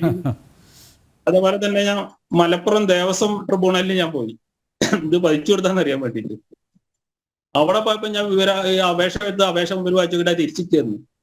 ഈ സംഭവം എന്ന് പറഞ്ഞാൽ ഇതിന് SM നമ്പർ വേണമെന്ന് പറഞ്ഞു. ഇത് അറിയണമെന്ന് പറഞ്ഞു. SM നമ്പറൊക്കെ എവിടെ നിന്ന് കിട്ടാനാ? ഞാൻ വിവരാവകാശമുള്ള തരുന്നത് നിങ്ങളുടെ നോക്കേണ്ടതെന്ന് പറഞ്ഞു. അതിന്റെ സർവേ നമ്പർ മറ്റു കാര്യങ്ങളൊക്കെ അല്ലേ ഞങ്ങൾക്ക് തരുന്നതെന്ന് പറഞ്ഞു. ഇല്ല, ഇത് ഇവിടെ കിട്ടും, ഇത് ഇവിടെ നോക്കാൻ പറ്റില്ല, അത് ഇങ്ങനത്തെ അപേക്ഷ എടുത്ത് വാങ്ങൂല എന്നാണ്. ശരി, ഞാൻ പോന്നു. ഇതൊക്കെയാണ് ഇവിടുത്തെ അവസ്ഥ. ഉദ്യോഗസ്ഥരെ ഒരു ക്ഷേത്രം പൊളിക്കുക, അതിനെല്ലാം ഒത്താശയും ചെയ്തു കൊടുക്കുക, അതിന്റെ കാര്യങ്ങൾ നമ്മളതിനെ പ്രതികരിക്കാനോ അല്ലെങ്കിൽ ചോദ്യം ചെയ്യാനോ ചെന്നാൽ നമുക്കെതിരെ ഇല്ലാത്ത കുറ്റമില്ല. നമ്മളിതേപോലെ ഇതിനോട് ബന്ധപ്പെട്ട് തന്നെയാണ് നമ്മളെ ഗുരുവായൂർ ദേവസ്വത്തിൽ പോയത്. ഗുരുവായൂർ ദേവസ്വത്തിൽ പോയപ്പോ എന്താ പറയണത്? അവര് ഇതേപോലെ തന്നെ ഇത് അങ്ങനെ നിങ്ങൾ വെറുതെ ഇങ്ങനെ മറ്റേ പ്രശ്നങ്ങൾ ഉണ്ടാക്കണ്ട, വയലൻസ് ഉണ്ടാക്കണ്ട, അത് കാരണം ഇങ്ങനെയാണ്. അപ്പൊ ഞാൻ പറഞ്ഞ് ഇത് നമ്മളിതിന്റെ രേഖയൊക്കെ എല്ലാ രേഖ തന്നിട്ടല്ലേ ഞങ്ങൾ ചോദിക്കണേ ഈ കാര്യങ്ങൾ. രോഗിയൊക്കെ മറച്ചേക്ക്. അപ്പൊ നിങ്ങൾക്കിത് ഞാൻ കോഴിക്കോട് RPS എടുത്ത രേഖയാണിത്. ആ ക്ഷേത്രം ഒന്നാമത് പിന്നെ 2 ഏക്കർ 15 സെന്റല്ല, 6 ഏക്കർ 6.66 ഈ സ്ഥലം, ഈ ക്ഷേത്രത്തിന്റെ മൊത്തം സ്ഥലം. ആ ക്ഷേത്രത്തിൽ ഏകദേശം 8 കിണറുണ്ട്. 8 കിണർ, അതേപോലെ അതിന്റെ 2 വലിയ കുളങ്ങളുണ്ട്. ആ കുളത്തിന്റെ പടവ് ഇപ്പൊ കഴിയേറിയിട്ട് ഒരു ഇപ്പൊ എടുത്ത് ഏകദേശം ഒരു ഒറ്റ മാസമായിട്ടുള്ളൂ. ഞാൻ തഹസീൽദാർക്ക് ഒരു പരാതി എടുത്തിട്ടുണ്ട്. ആ കുളം കയ്യേറിയിട്ട് പടവ് മൂടിയിട്ട് ഇപ്പൊ ഒരു റോഡ് വെട്ടിക്കണം അടുത്ത പറമ്പിലേക്ക്. തഹസീൽദാർക്ക് ഞാനൊരു പരാതി എടുത്തിട്ട് ഇതുവരെ ഒരു നടപടി ഉണ്ടായില്ല. ഇതൊക്കെയാണ് ഇവിടെ നടക്കണേ. അല്ലെ, ക്ഷേത്രം പോലും നമ്മളത് ഗുരുവായൂർ തന്ത്രിയെ പോലും ഇപ്പൊ കുപ്പിയിലാക്കിയിരിക്കുകയല്ലേ. ഇത് എന്ന് പറഞ്ഞിട്ട് അങ്ങേയറ്റം എന്ന് പറഞ്ഞാൽ ഈ എന്താ പറഞ്ഞ ഉത്തരവാദിത്തം ഇല്ലാത്തൊരു ദേവസ്വം എന്ന് പറഞ്ഞിട്ട് അങ്ങേയറ്റം ഉത്തരവാദിത്തം ഇല്ലാത്ത പരിപാടിയാണ് അവിടെ നടത്തുന്നത്. നമ്മളൊരു പരാതി എടുത്ത് ദേവസ്വം അഡ്മിനിസ്ട്രേറ്റർ അതേപോലെ തന്നെ ദേവസ്വം സെക്രട്ടറി വരെ കൂടി ഇവിടെ വന്ന് നമ്മൾ അതിന് നടപടി എടുക്കാന്ന് പറഞ്ഞ് പോയതാണ്. ഒരു നടപടി എടുത്തില്ല. അവരെ കേസിൽ പ്രതിയാക്കിയിട്ടുണ്ട് നമ്മൾ ദേവസ്വത്തിന്. അല്ല കേസിൽ കക്ഷി ചേരേണ്ടവരല്ലേ ഗുരുവായൂർ ദേവസ്വം അല്ലേ? ഇപ്പൊ സജയം കക്ഷി ചേരേണ്ടതാണ്. കേസില് കക്ഷി ചേരേണ്ടവരല്ലേ ഹൈക്കോടതിയില്? ഒരു കക്ഷി ചേരേണ്ട ആളുകളാണ്. നമ്മൾ പോയി പറഞ്ഞേ. ഞാനിതേപോലെ വിവരാവകാശം കൊടുത്തപ്പോൾ അവിടുന്ന് ലെറ്ററുമായി നമുക്ക് അറിയില്ല ദേവസ്വം സെപ്പറേറ്റാ നിൽക്കണ വിവരാവകാശമായിട്ട് സ്റ്റാമ്പ് ഒട്ടിച്ച് അത് അപ്പൊ പറഞ്ഞ് നമ്മള് ഇതങ്ങനെ റെസീറ്റൊക്കെ തിരിച്ചു തന്നിട്ട് പിന്നെ 1 മാസം കഴിഞ്ഞപ്പോഴേക്കും ലെറ്റർ അയക്കും, നിങ്ങളിവിടെ പൈസ അടച്ചില്ല കാരണം ഇത് തരാൻ പറ്റില്ല. അപ്പൊ ഞാൻ പറഞ്ഞു നിങ്ങൾ അവിടെ തന്നെ പറയണ്ടേ ഈ പൈസ അടയ്ക്കണം നിന്നിട്ടല്ലേ നിങ്ങൾക്ക് റെസീറ്റ് തരേണ്ട ആവശ്യമുള്ളൂ. നിങ്ങൾ 1 മാസം കഴിഞ്ഞിട്ട് ലെറ്റർ അയച്ചിട്ട് പൈസ അടച്ചില്ല എന്ന് പറയുമ്പോൾ നിങ്ങളെ വാങ്ങി വെക്കുമ്പോൾ നോക്കേണ്ട പൈസ വെച്ച റെസീറ്റ് പിൻ ചെയ്തിട്ടല്ലേ നിങ്ങൾ വാങ്ങി വെക്കേണ്ടത്. ഇതൊക്കെയാണ് ഇവിടെ നടക്കേണ്ടത്. നമ്മൾ ഒന്നിന് പോയിട്ടുണ്ട് ഒരു 10 പ്രാവശ്യം നമ്മൾ എങ്ങനെയും നടത്തിയത്. ദേവസ്വം ഒന്നും മാത്രമല്ല, നമ്മൾ ഇതേപോലെ തന്നെ നമ്മൾ ഇവിടെ തൃശ്ശൂര് ഇതിന്റെ അപ്ലേറ്റ് അതോറിറ്റി പോയിരുന്നു. ഈ സർവേ നമ്പർ ഈ കാര്യങ്ങൾ ഈ പതിച്ചെടുത്ത സർവേ നമ്പർ അതുപോലെ ആധാർ നമ്പർ എല്ലാം കൂടി വെച്ചിട്ട് അപ്ലേറ്റ് അതോറിറ്റി പറയുന്നത് ഈ സ്ഥലം പതിച്ചു കൊടുത്തില്ല എന്നാണ്. അങ്ങനെ വെച്ചാൽ ദേവസ്വത്തിന്റെ കക്ഷി ചേർന്നൂടെ? ഇവിടെ എന്ന് പറഞ്ഞാൽ മൊത്തത്തിൽ ഇവരെല്ലാരും കൂടി എന്തൊക്കെയോ പ്രശ്നങ്ങൾ. മൗലത്ത് ഇസ്ലാമിന് പൈസ കൊടുത്താന്ന് അറിയില്ല. ഇപ്പൊ 150 വർഷമായിട്ട് അവിടെ ക്ഷേത്രം ഇല്ലാന്ന് വില്ലേജ് ഓഫീസർ ഒരു കലക്ടർക്ക് ഒരു റിപ്പോർട്ട് ഉണ്ടാക്കണമെങ്കിൽ ഇത് വില്ലേജ് ഓഫീസർക്ക് പൈസ കിട്ടിയിട്ടുണ്ടാവും. ഇതാണ് ഞാൻ മനസ്സിലാക്കണത്. വില്ലേജ് ഓഫീസറോട് റിപ്പോർട്ട് പറഞ്ഞ ഇവിടെ വന്നിട്ട് അന്വേഷിച്ച ആള്, ഞാൻ പരാതി കൊടുത്ത നമ്മളോട് അന്വേഷിക്കുക ചോദിക്കൊന്നും ചെയ്തില്ല. അവിടെ വന്നിട്ട് ഒരു കമ്മ്യൂണിസ്റ്റുകാരനോടാ ചോദിക്കണേ. എന്താ ചോദിക്കണേ? മൂപ്പര് 150, ആകെ മൂപ്പർക്ക് ചില്ലറ വയസ്സാണ്, 17 വയസ്സായിട്ടുണ്ടാവും. മൂപ്പര് 150 വർഷമായിട്ട് ഇവിടെ ക്ഷേത്രമില്ലാന്ന് അറിയുമ്പോ അയാൾക്ക് എത്ര വയസ്സുണ്ടെന്ന് വില്ലേജ് ഓഫീസർക്ക് ചിന്തിച്ചൂടെ? അയാൾ 150 വർഷം ഒന്നായിട്ട് ജീവിച്ചില്ലല്ലോ അവിടെ. ഇങ്ങനത്തെ ഒരു അവസ്ഥയാണ് നമ്മുടെ നാട്ടില്. റിപ്പോർട്ട് കൊടുക്കണ നമ്മുടെ അവരേതായ ആള്, അതേപോലെ തന്നെ മൗലത്ത് ഇസ്ലാം സഭയുടെ ഈ കാര്യസ്ഥനോട് പോയിട്ടാണ് റിപ്പോർട്ട് ഉണ്ടാക്കണ ചോദിച്ചിട്ട്. അതേപോലെ തന്നെ അവിടെ പണി നടക്കണവരോടൊക്കെ ചോദിച്ചിട്ടാണ്. അതിന് വില്ലേജ് ഓഫീസറോട് ഞാൻ അത് എന്തിനു ഇങ്ങനെ ഉണ്ടാക്കിയെന്ന് ചോദിക്കാന്ന് പറഞ്ഞാൽ നിങ്ങളായിട്ട് സംസാരമില്ല, ഒരു പ്രശ്നവും നിങ്ങളായിട്ട് സംസാരം തന്നെ ഇല്ല, ഉണ്ടാതെ അങ്ങനെ ഇരിക്കുക ഒരു വിഗ്രഹം പോലെ. ഞാൻ പറഞ്ഞു നിങ്ങളെ ഔദാര്യത്തിന് വന്നുള്ളതല്ല, നമ്മളെ കാര്യത്തിന് വന്നുള്ളതാണ്, അതിന് മറുപടി നിങ്ങൾ പറഞ്ഞേ പറ്റുള്ളൂ എന്ന് പറഞ്ഞു. ഞാൻ റിപ്പോർട്ട് കൊടുത്തിട്ട് അതിനെന്തെങ്കിലും പ്രശ്നം ഉണ്ടെങ്കിൽ നിങ്ങൾ വിളിക്കുക. അങ്ങനെ ഒഴിഞ്ഞു മാറുക, മനഃപൂർവ്വം ഒഴിഞ്ഞു മാറുക. പക്ഷെ കുറെയൊക്കെ നമ്മളോട് തഹസിൽദാർ പറഞ്ഞ് ഈ രേഖ ചിലപ്പോ ഇവര് വേറെ എന്തെങ്കിലും രേഖ വെച്ചിട്ട് ഉണ്ടാക്കി ആയിരിക്കാനോ സാധ്യത എന്നാണ് തഹസിൽദാർ പറയുന്നത്. ഈ ഭൂമി ഒരിക്കലും പതിച്ചു കൊടുക്കാനോ കയ്യേറാനോ കൈവശം വെക്കാനോ പാടില്ലാത്ത ഭൂമിയാണ് ഇത് എന്ന് പറഞ്ഞു തഹസിൽദാർ. എന്നാലും ഇവരൊക്കെ എവിടേക്കോ എന്ന് മറ്റു ഭരണകൂടങ്ങളോ മറ്റു സ്വാധീനം ഉപയോഗിച്ചിട്ട് ഇവര് എങ്ങനെയൊക്കെയോ പിടിച്ചു നിൽക്കണം. ഒരു അനുമതി ഇല്ലാതെ ഒരു ബിൽഡിംഗ് ഉണ്ടാക്കിയിട്ട് അതിന് നടപടി എടുക്കേണ്ടത് പഞ്ചായത്ത് ഭരണകൂടമില്ല. പഞ്ചായത്ത് ഭരണകൂടത്തിൽ ഗ്രാമസഭയിലടക്കം നമ്മൾ പരാതി വെച്ചിട്ട് ആ പരാതി വെച്ചിട്ടുണ്ടെങ്കിൽ അതിന്റെ അടിസ്ഥാനത്തിൽ ഒരു നടപടി എടുക്കാൻ പോലും ഒരു കെൽപ്പില്ലാത്ത ഭരണകൂടം അതേപോലെ തന്നെ ഉദ്യോഗസ്ഥരാണ് നമ്മുടെ അടുത്തുള്ളത്. ഈ ഡിബേറ്റ് കാണുന്ന പ്രേക്ഷകർ മനസ്സിലാക്കുക, ഇതാണ് അവസ്ഥ, ഇതാണ് നമ്മുടെയൊക്കെ ദുരവസ്ഥ. തിരൂർ ദിനേശ്, ഈ വിഷയവുമായി നേരിട്ട് ബന്ധമില്ലെങ്കിലും ഒരു കാര്യം എനിക്ക് അറിയാൻ ആഗ്രഹമുണ്ട്. ഇപ്പോൾ മലയാള ഭാഷയുടെ പിതാവ് തുഞ്ചത്ത് എഴുത്തച്ഛനൊരു സ്മാരകം താങ്കളുടെ നാട്ടിൽ എത്രയോ വർഷങ്ങളായി കേൾക്കുന്നതാണ്. ഇപ്പോഴും സ്മാരകം അത് യാഥാർത്ഥ്യമായിട്ടില്ല. അതും ഈ ഒരു ഈ പറഞ്ഞ നേരത്തെ സജയൻ പറഞ്ഞതുപോലുള്ള ആ വിഭാഗത്തിൻ്റെ ഇടപെടൽ അല്ലേ, അതിന് ഒത്താശ ചെയ്യുന്നവർ, ഉദ്യോഗസ്ഥ, ഭരണകൂടങ്ങൾ, അതുകൊണ്ട് തന്നെയല്ലേ അത് യാഥാർത്ഥ്യമാവാത്തത്? തീർച്ചയായിട്ടും അത് തന്നെയാണ്. അത് പിന്നെ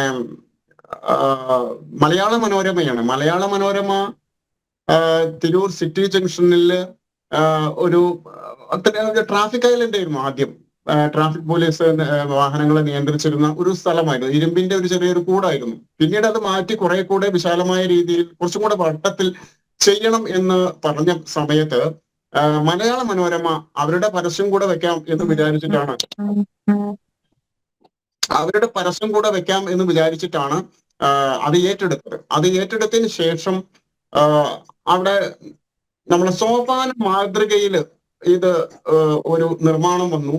ഇതിന്റെ ഇടയിൽ എഴുത്തച്ഛന്റെ പ്രതിമ സ്ഥാപിക്കാൻ വേണ്ടിയിട്ടായിരുന്നു മലയാള മനോരമയുടെ ഒരു തീരുമാനം. സിറ്റിയിലെ ഒരു പ്രധാനപ്പെട്ട ഒരു ജംഗ്ഷൻ ആണല്ലോ. അപ്പോഴാണ് ഈ പറയുന്ന ആളുകൾ ഇതേപോലെ തന്നെ ഓലൊക്കെ വെച്ചിട്ടായിരുന്നു വന്ന് നോക്കിയപ്പോ സോപാനത്തിന്റെ മേലെ വിഗ്രഹം കൂടെ വന്ന ഇവിടെ ആരാധന തുടങ്ങും, എഴുത്തച്ഛന്റെ പ്രതിമ നമുക്ക് പറ്റൂല.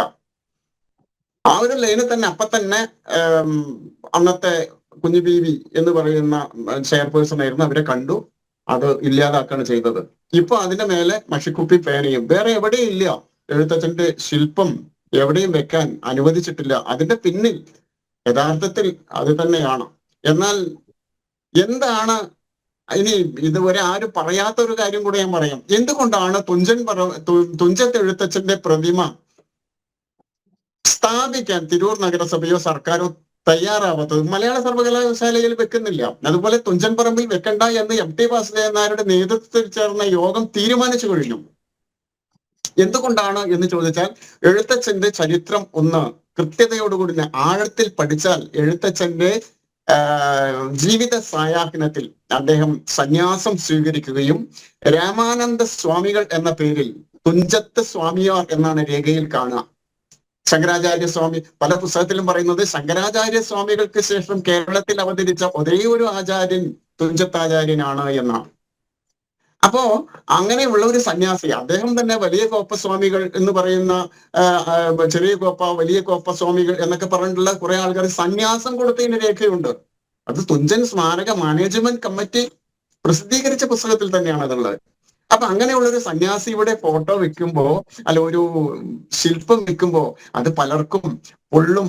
അതുകൊണ്ട് തന്നെയാണ് തിരൂരിൽ മുനിസിപ്പാലിറ്റി ആകട്ടെ, സർക്കാരാകട്ടെ, MP വാസുദേവൻ നായരുടെ നേതൃത്വത്തിലുള്ള തുഞ്ചൻ സ്മാരക മാനേജ്മെന്റ് കമ്മിറ്റി ആകട്ടെ എഴുത്തച്ഛന്റെ പ്രതിമ എവിടെയും വെക്കാൻ, ടൗണിൽ മാത്രമല്ല തുഞ്ചൻപറമ്പിലും വെക്കണ്ട എന്ന് MTയുടെ നേതൃത്വത്തിലുള്ള കമ്മിറ്റി തീരുമാനിച്ചത് തുഞ്ചൻ പറമ്പുമായി ബന്ധപ്പെട്ട രേഖകൾ എന്ന പുസ്തകത്തിൽ വളരെ കൃത്യമായിട്ട് എഴുതിയിട്ടുണ്ട്. ആ കമ്മിറ്റി പറഞ്ഞത് ഇതൊക്കെ കേട്ട വാർത്തയാണ്, എത്രത്തോളം യാഥാർത്ഥ്യം ഉണ്ടെന്നറിയില്ല. അതായത് ഉണ്ടാക്കിയ ശില്പം അതിന് തുഞ്ചത്ത് രാമാനുജ എഴുത്തച്ഛൻ്റെ പിന്നെ അദ്ദേഹവുമായി യാതൊരു സാദൃശ്യവുമില്ല എന്ന് അതുകൊണ്ടാണ് അത് സ്ഥാപിക്കാത്തതെന്നുള്ളൊരു വേർഷനും കേട്ടിട്ടുണ്ട് കേട്ടോ. അങ്ങനെ പറഞ്ഞിട്ടുണ്ട്. അതെന്താ വെച്ചാൽ ആ പ്രതിമ ഞാൻ കണ്ടിട്ടുണ്ട്, അതൊരു മോഡേൺ ശൈലിയിലാണ്. അങ്ങനെ ഒരു സംഭവം ഉണ്ട്, മോഡേൺ ശൈലിയിൽ. ഇപ്പോ നമ്മളെ യക്ഷിയുടെ ഒരു ശില്പമൊക്കെ കാനായി വെച്ചിട്ടുണ്ടല്ലോ മലമ്പുഴയില്. അപ്പൊ ആ ഒരു ടൈപ്പിലുള്ള ഒരു മോഡേൺ ഒരു ആർട്ട് നമുക്ക് പറയുമല്ലോ, ആ ഒരു രീതിയിലുള്ള ഒരു ശില്പമായിരുന്നു അത്. എന്നാൽ പോലും ആ ശില്പം അതേ രീതിയിലല്ല മറ്റൊരു രീതിയിൽ വെക്കൂ എന്ന് പറയാമായിരുന്നു. അതുണ്ടായില്ല എന്നുള്ളത്. പിന്നെ ഏറെക്കാലം ചാക്ക് കെട്ടിക്കിടന്നു. പിന്നെ അദ്ദേഹം പഠിച്ച സ്കൂളിൽ തന്നെ അത് വെച്ചിരിക്കുക. ഈ മലപ്പുറം ജില്ലയിലെല്ലാം തന്നെ തിരുവനന്തപുരത്ത് 2 സ്ഥലങ്ങളിൽ, ഒന്ന് നെയ്യാറ്റിൻകരയിലും ഒന്ന് മറ്റൊരിടത്തും, അതുപോലെ തന്നെ തുഞ്ചത്ത് എഴുത്തച്ഛന്റെ ലൗകിക കാലം കഴിഞ്ഞ സ്ഥലത്തും 3 സ്ഥലത്ത് തുഞ്ചത്ത് എഴുത്തച്ഛന്റെ പ്രതിമയുണ്ട്. പക്ഷെ ഈ പ്രതിമയ്ക്ക് അപ്പുറം ഇനി വേറൊരു കാര്യം പറയാം. തുഞ്ചത്ത് എഴുത്തച്ഛന്റെ പ്രതിമ എത്രയോ നൂറ്റാണ്ടുകൾക്ക് മുമ്പ് ഒരു പ്രതിമ ഉണ്ട്. അത് മണ്ണാർക്കാട് താലൂക്കിൽ കച്ചേരിപ്പറമ്പ് 1 വില്ലേജിലുള്ള വനമേഖലയിൽ പൊരുതൽ മലയുടെ ചുവട്ടിൽ എഴുത്തച്ഛൻ പുറ്റ് എന്ന പേരിൽ എഴുത്തച്ഛന്റെ ഒരു ശില്പം പഴയ കാലത്ത് തന്നെ ഉണ്ടായിരുന്നു. അത് ഇന്ന് നമ്മൾ കാണുന്ന എഴുത്തച്ഛന്റെ ആയിരുന്നില്ല. അത് കണ്ട ആൾക്കാരൊക്കെ ഇന്നും ജീവിച്ചിരിക്കുന്നുണ്ട്. മുടി നീട്ടി വളർത്തി താടി വെച്ച ഒരാളാണ്. നമ്മളെ എഴുത്തച്ഛന്റെ ചിത്രം എന്ന് പറയുമ്പോൾ, നമ്മളെ മനസ്സിലുള്ള ചിത്രം എന്ന് പറയുമ്പോൾ തലമുടി മുകളിലേക്ക് കെട്ടി ചന്ദ്രൻ ആണ്. പക്ഷെ നൂറ്റാണ്ടുകൾക്ക് മുമ്പ്, എത്രയോ നൂറ്റാണ്ടുകൾക്ക് മുമ്പ് എഴുത്തച്ഛന്റെ കാലശേഷം പൊരുതൽ മലയുടെ ചുവട്ടില് എഴുത്തച്ഛൻ പുറ്റ്, അപ്പോ ആന വന്ന് ചവിട്ടി ഇപ്പൊ അരഭാഗം മാത്രമേ ഉള്ളൂ. ഇപ്പോഴും അവിടെ വിളക്ക് വെക്കുന്നുണ്ട്. കൊല്ലത്തിൽ ഒരിക്കല് എല്ലാ കറുത്ത വാവു ദിവസവും പൊരുതൽമല കയറുന്നവര് ഇറങ്ങുന്നത് എഴുത്തച്ഛൻ പുറ്റിലാണ്. അപ്പൊ എഴുത്തച്ഛൻ മണ്ണാർക്കാട് താലൂക്കിൽ കച്ചേരിപ്പറമ്പ് 1 വില്ലേജിൽ നമ്മളത് ചിത്രീകരിക്കാൻ പോകുന്നുണ്ട്. നമ്മുടെ തകർക്കപ്പെട്ട ക്ഷേത്രങ്ങളിലേക്ക് അത് വരും. നല്ല കാര്യം. ഭരത് ഭൂഷൺ എന്തോ പറയാനുണ്ടോ തോന്നുന്നു ഇതുമായി ബന്ധപ്പെട്ട്? നമസ്കാരം അനിൽജി. നമ്മുടെ ഇതില് ഈ ഒരു നമ്മുടെ പ്രോഗ്രാമിലേക്ക് മൗനത്തുൽ ഇസ്ലാം സഭയുടെ ആരെയും വിളിച്ചിട്ടില്ലേ? അത് അവര് വരാതെ? അല്ല, അവരെ വിളിച്ചിരുന്നു. അവരെ ഞങ്ങൾ ബന്ധപ്പെട്ടിരുന്നു. കാരണം ഈ വിഷയവുമായിട്ട് ആധികാരികമായിട്ട് പറയാൻ പറ്റുന്നത്, സംസാരിക്കാൻ പറ്റുന്നത് അവർക്കാണല്ലോ. മറ്റുള്ളവരെ വിളിച്ചിട്ട് കാര്യമില്ല. അവരെ വിളിച്ചിരുന്നു. അവരുടെ ഭാരവാഹികൾ ഒക്കെ എന്തോ തിരക്കിലാണെന്നാണ് പറഞ്ഞത്. എന്താണ് തിരക്കെന്നറിയില്ല. ഇനിയിപ്പോൾ രാത്രി എങ്ങനെ പള്ളി പണിയിൽ മുന്നോട്ട് കൊണ്ടുപോകണം എന്ന് കൂടിയാലോചിക്കാൻ വേണ്ടിയാണോ? കാരണം ഈ വിഷയം ചർച്ച ചെയ്തുകൊണ്ടിരിക്കുകയാണല്ലോ. അതുകൊണ്ട് ഇനി എത്രയും പെട്ടെന്ന് ബാക്കി ശേഷിക്കുന്ന നിർമ്മാണ പ്രവർത്തനങ്ങൾ കൂടി പൂർത്തീകരിച്ച് പോകാനായിരിക്കും ഇനിയിപ്പോൾ ഉദ്ദേശിക്കുന്നത്. എന്നാലും ഈ ഉദ്ഘാടനം കഴിഞ്ഞു എന്ന് ഞാൻ ഇപ്പോഴാണ് സജയം പറഞ്ഞപ്പോഴാണ് ഞാൻ അറിഞ്ഞത്. തീർച്ചയായും അവിടെ രാത്രി, പകൽ സമയങ്ങളിൽ അവിടെ ഒരു വർക്ക് നടക്കുന്നില്ല. രാത്രി സമയങ്ങളിലാണ് അവിടെ വർക്ക് നടക്കുന്നത്. പകൽ ഇവർ പറയുന്നത് പെർമിഷൻ ഉണ്ട് എന്നുള്ളതും. അല്ല, എന്തായാലും സത്യസരണിയിൽ റെയ്ഡിനെത്തിയവ ഇപ്പോൾ കേന്ദ്ര ഏജൻസികളൊക്കെ വന്നിട്ടുണ്ട്. മാത്രമല്ല സത്യസരണി അത് പൂർണ്ണമായും അടച്ചു പൂട്ടിയല്ലോ. അതിൻ്റെ സ്ഥാവര ജംഗമ വസ്തുക്കളൊക്കെ അത് കണ്ടുകെട്ടുകയും ചെയ്തിട്ടുണ്ട്. അതുപോലെ ദേശീയ അന്വേഷണ ഏജൻസിയുടെ ഉദ്യോഗസ്ഥർ ഈ പൊന്നാനിയിലുള്ള മൗനത്തുൽ ഇസ്ലാം സഭയുടെ പ്രവർത്തനത്തിൽ അടിയന്തരമായിട്ട് ഇടപെടണം എന്ന് അഭ്യർത്ഥിക്കുകയാണ്. ഇത് കാണുന്ന ആരെങ്കിലും ഉണ്ടെങ്കിൽ അടിയന്തരമായി, കാരണം തികച്ചും ദുരൂഹമായ ചുറ്റുപാടിലാണ് ഈ സ്ഥാപനം പ്രവർത്തിക്കുന്നത്. അവിടെ മതപരിവർത്തനം നടക്കുന്നുണ്ട്. മാത്രമല്ല പുറം ലോകമറിയാത്ത പലതും അവിടെ മൂടിവെക്കപ്പെട്ടിട്ടുണ്ട്. അപ്പോൾ അതിലേക്കൊരന്വേഷണം അടിയന്തരമായി നടത്തേണ്ടതുണ്ട് എന്നാണ് എനിക്ക് പറയാനുള്ളത്. ശ്രീ ഭരത് ഭൂഷൺ, ഇക്കാര്യം ആവശ്യപ്പെട്ടുകൊണ്ട് വിശ്വ ഹിന്ദു പരിഷത്തിൻ്റെ ഭാഗത്തു നിന്ന് ഒരു ഹർജി എത്രയും പെട്ടെന്ന് കൊടുത്തു എന്ന് താങ്കൾ നേരത്തെ പറഞ്ഞു. അതിൽ എന്തായി അതിൻ്റെ പുരോഗതി എന്നുകൂടി ഒന്ന് അന്വേഷിക്കണം. തീർച്ചയായിട്ടും കൊടുത്തിട്ടുണ്ട്. നമ്മൾ ഇനി മറ്റു വിവരങ്ങൾ നമ്മൾ അവിടുന്ന് ചുറ്റുവട്ടത്തുള്ള പല ആളുകളോടും നമ്മൾ അന്വേഷിച്ചിട്ടുണ്ട്. അതിന്റെ റിപ്പോർട്ട് സ്വീകരിച്ച് നമ്മൾ കോടതി മുഖാന്തരം നമ്മളിത് മൂവ് ചെയ്യാനുണ്ട്. ഇത്രയും കാലം നമ്മുടെ സജ്ജൻജി മാത്രമാണ് എന്നുള്ളൊരു തീരുമാനം ഇവർക്ക് പോരാട്ടമായിരുന്നു അത്. അതെ, ഇനി അങ്ങോട്ട് മുന്നോട്ട് ഞാൻ അഭിനന്ദിക്കുകയാണ് സജയനെ. സജ്ജൻജിക്ക് അറിയാം, സജ്ജൻജിയുടെ ഒപ്പം ഞാനൊരു 1.5 വർഷത്തോളമായി ഞാൻ എല്ലാ കാര്യത്തിലും ഞാൻ ഇടപെടുന്നുണ്ട്. അതിനോടൊപ്പം ഇനി അങ്ങോട്ട് മുന്നോട്ട് നമുക്ക് ഇതിൽ കക്ഷി ചേരാൻ നമ്മുടെ ഒപ്പം നാഷണൽ ഹിന്ദു ലീഗ് എന്നൊരു പ്രസ്ഥാനം കൂടി നമ്മൾ ഒപ്പം ഇതിന്റെ ഒപ്പം വന്നിട്ടുണ്ട്. NHL, നാഷണൽ ഹിന്ദു ലീഗ് എന്നൊരു പ്രസ്ഥാനം വന്നിട്ടുണ്ട്. വിശ്വ ഹിന്ദു പരിഷത്ത് ഇതിന്റെ മുന്നേ തന്നെ നമ്മളെ സജ്ജൻജിന്റെ ഒപ്പം കൂടിയിട്ടുണ്ട്. ഇനി നമ്മുടെ ഹിന്ദു ഹൈന്ദവ സംഘടനകൾ എല്ലാവരും ഇതിനോടൊപ്പം നിന്ന് ഈ ഒരു പള്ളി പണിത സ്ഥലത്ത് ഒരു പ്രക്ഷോഭമില്ലാത്ത രീതിയിൽ അവിടെ നമ്മുടെ ഒരു മഹാക്ഷേത്രം ഉയർത്തണം എന്നുള്ളത് മാത്രമാണ് എനിക്ക് ഈ ഒരു ഇതിലെ ഹൈന്ദവ വിശ്വാസികളോടും ഇവരോടും പറയാനുള്ളത്. സജയൻ പ്രതീക്ഷയോടെ തന്നെയല്ലേ മുന്നോട്ട് പോകുന്നത് അല്ലേ? എന്തായാലും ആത്യന്തിക വിജയം സജയന് തന്നെയായിരിക്കും, ഒരു സംശയമില്ല. അനിയേട്ടാ പ്രതീക്ഷയോടെ തന്നെയാണ് മുന്നോട്ട് പോണത്. കാരണം എന്താ പറഞ്ഞാൽ നമുക്കവിടെ ക്ഷേത്രം കണ്ട നമ്മളെ ഒരു ജീവിത അഭിലാഷാണ് നടക്കുന്നത്. ഇവിടെ എന്റെ മാത്രം തന്നെ ഈ പ്രദേശത്തെ മുഴുവൻ ആളുകളെ അഭിലാഷാണ് നമ്മളാ ക്ഷേത്രം ആ ക്ഷേത്രം പൊളിക്കുന്ന അന്ന് ഇവിടെയുള്ള ഹൈന്ദവരായ വിശ്വാസികൾക്ക് എത്രത്തോളം വിഷമമുണ്ടായിരുന്നു എന്ന് അതിന്റെ പിറ്റേ ദിവസം ആ ഹൈന്ദവരെ നോക്കിയാലേ അറിഞ്ഞിരുന്നുള്ളൂ. അവരെ മുഖത്തൊന്നും ഒരു ഓര പോലും ഉണ്ടായിരുന്നില്ല. കാരണം എന്ന് പറഞ്ഞാൽ അങ്ങനെയാണ് അവർ പൊളിച്ചിട്ട് രാത്രിയിൽ ആ വലിയ ക്ഷേത്രത്തിന്റെ ശിലകളൊക്കെ നമ്മുടെ ഹൃദയമാണ് ആ ഒരു മാന്തി പൊളിച്ചിരുന്നതെന്നാണ് മനസ്സിലാക്കാൻ കഴിയുന്നത്. കാരണം എന്ന് പറഞ്ഞാൽ ഓരോ ഹൈന്ദവന്റെയും വേദന അന്ന് ശരിക്കും വ്യത്യാസപ്പെട്ടുള്ള ജനങ്ങൾക്ക് മനസ്സിലായിരുന്നു. കാരണം അന്ന് മുതൽ നമ്മളിപ്പോ എത്ര കാലമായി 1992 മുതൽ ഏകദേശം 2024 അവസാനിക്കാറായി. ഇതേവരെയും നമ്മൾ അതിന്റെ പിന്നിൽ തന്നെയാണ്. അതേ കാലത്ത് ഇവിടെ ജുതപ്പള്ളി ഗോവിന്ദൻ അതേപോലെ തന്നെ പുതിയ വരുന്ന അന്ന് തന്നെ നമ്മൾ ആ വിളക്ക് കൊളുത്താച്ചിട്ട് പോയ ആ സംഭവം നമ്മൾ നിർത്തി പോകുന്ന കാരണമാണ് ഇപ്പോഴും പലരും പറയും അന്ന് കൊളുത്തായിരുന്നെങ്കിൽ എന്തൊരു പ്രശ്നം ഉണ്ടായിരുന്നില്ല, നമുക്ക് ക്ഷേത്രമായിട്ട് നമുക്ക് മുന്നോട്ട് പോകായിരുന്നു. കാരണം എന്ന് വെച്ചിട്ടുണ്ടെങ്കിൽ ആ ക്ഷേത്രത്തിനെ നമുക്ക് പറയുകയാണെങ്കിൽ അതിനെ നമുക്ക് എങ്ങനെയാണെന്ന് പറയാൻ പോലും പറ്റാത്ത അങ്ങനത്തെ ഒരു ക്ഷേത്രമാണ്. ഈ കരിങ്കല്ലിന്റെ ശില കൊണ്ട് മാത്രം ശ്രീകോവില്, അതിന് ചുറ്റും ക്ഷേത്രം, ഈ ഉപക്ഷേത്രങ്ങൾ, അതോടൊപ്പം തന്നെ വലിയ ചുറ്റുമതില്. ഈ ചുറ്റുമതിലൊക്കെ പൊളിച്ചുകൊണ്ടുപോയിട്ട് നമ്മളെ പുഴയുടെ അരുവിനാണ് പുഴയുടെ അതിര് കെട്ടിയുള്ളത്.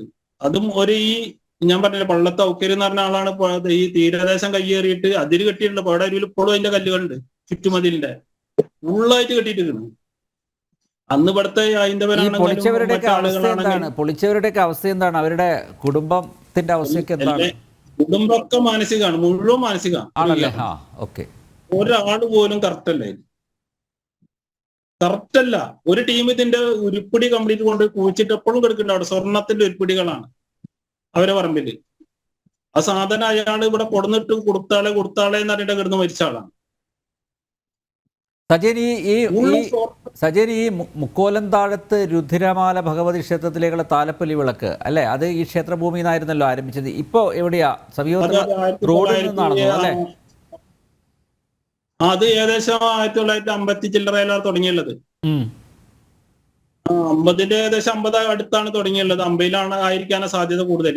ഒരു ഭൂക്കോലന്തായത്ത് രുദ്രമാല, അതേപോലെ തന്നെ മൂക്കോലന്തായത്ത് ഭുവനേശ്വരി ക്ഷേത്രം, ഈ 2 ക്ഷേത്രത്തേക്ക് അവിടുന്ന് താലെടുത്ത്. പിന്നെ ഈ മൂക്കോലന്തായത്ത് രുദ്രമാല പിന്നെ അവരുടെ തൊട്ടടുത്ത അമ്പലത്തിൽ നിന്നാക്കി. ഈ ഒരു ക്ഷേത്രം അന്നേ മുതൽ ഇന്നേ വരെയും അവർ താലപ്പൊലി മഹോത്സവം ഇവിടുന്നാണ് തുടങ്ങുന്നത്, താലം കൊളുത്തിയിട്ട് കൊണ്ടുപോണത്. ആദ്യകാലത്തെ ഉള്ളിൽ പിന്നീട് പുറത്തുനിന്നാണ് അവർ മതിലൊക്കെ കെട്ടി അതിൻ്റെ ഉള്ളിൽ കയറി നിന്നാക്കി.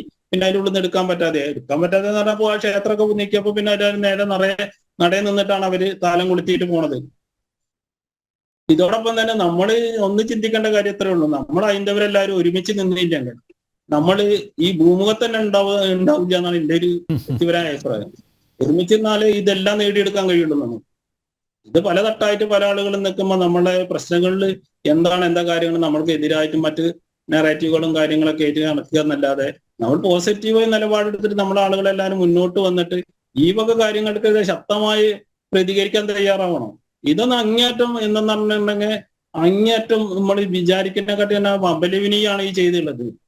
ഇവർ ചെയ്യാൻ പറ്റുന്ന പറഞ്ഞാൽ നമ്മള് മറ്റു കാര്യങ്ങളും മറ്റു കേസുകളും മറ്റു കാര്യങ്ങളെല്ലാം നോക്കേണ്ടത്.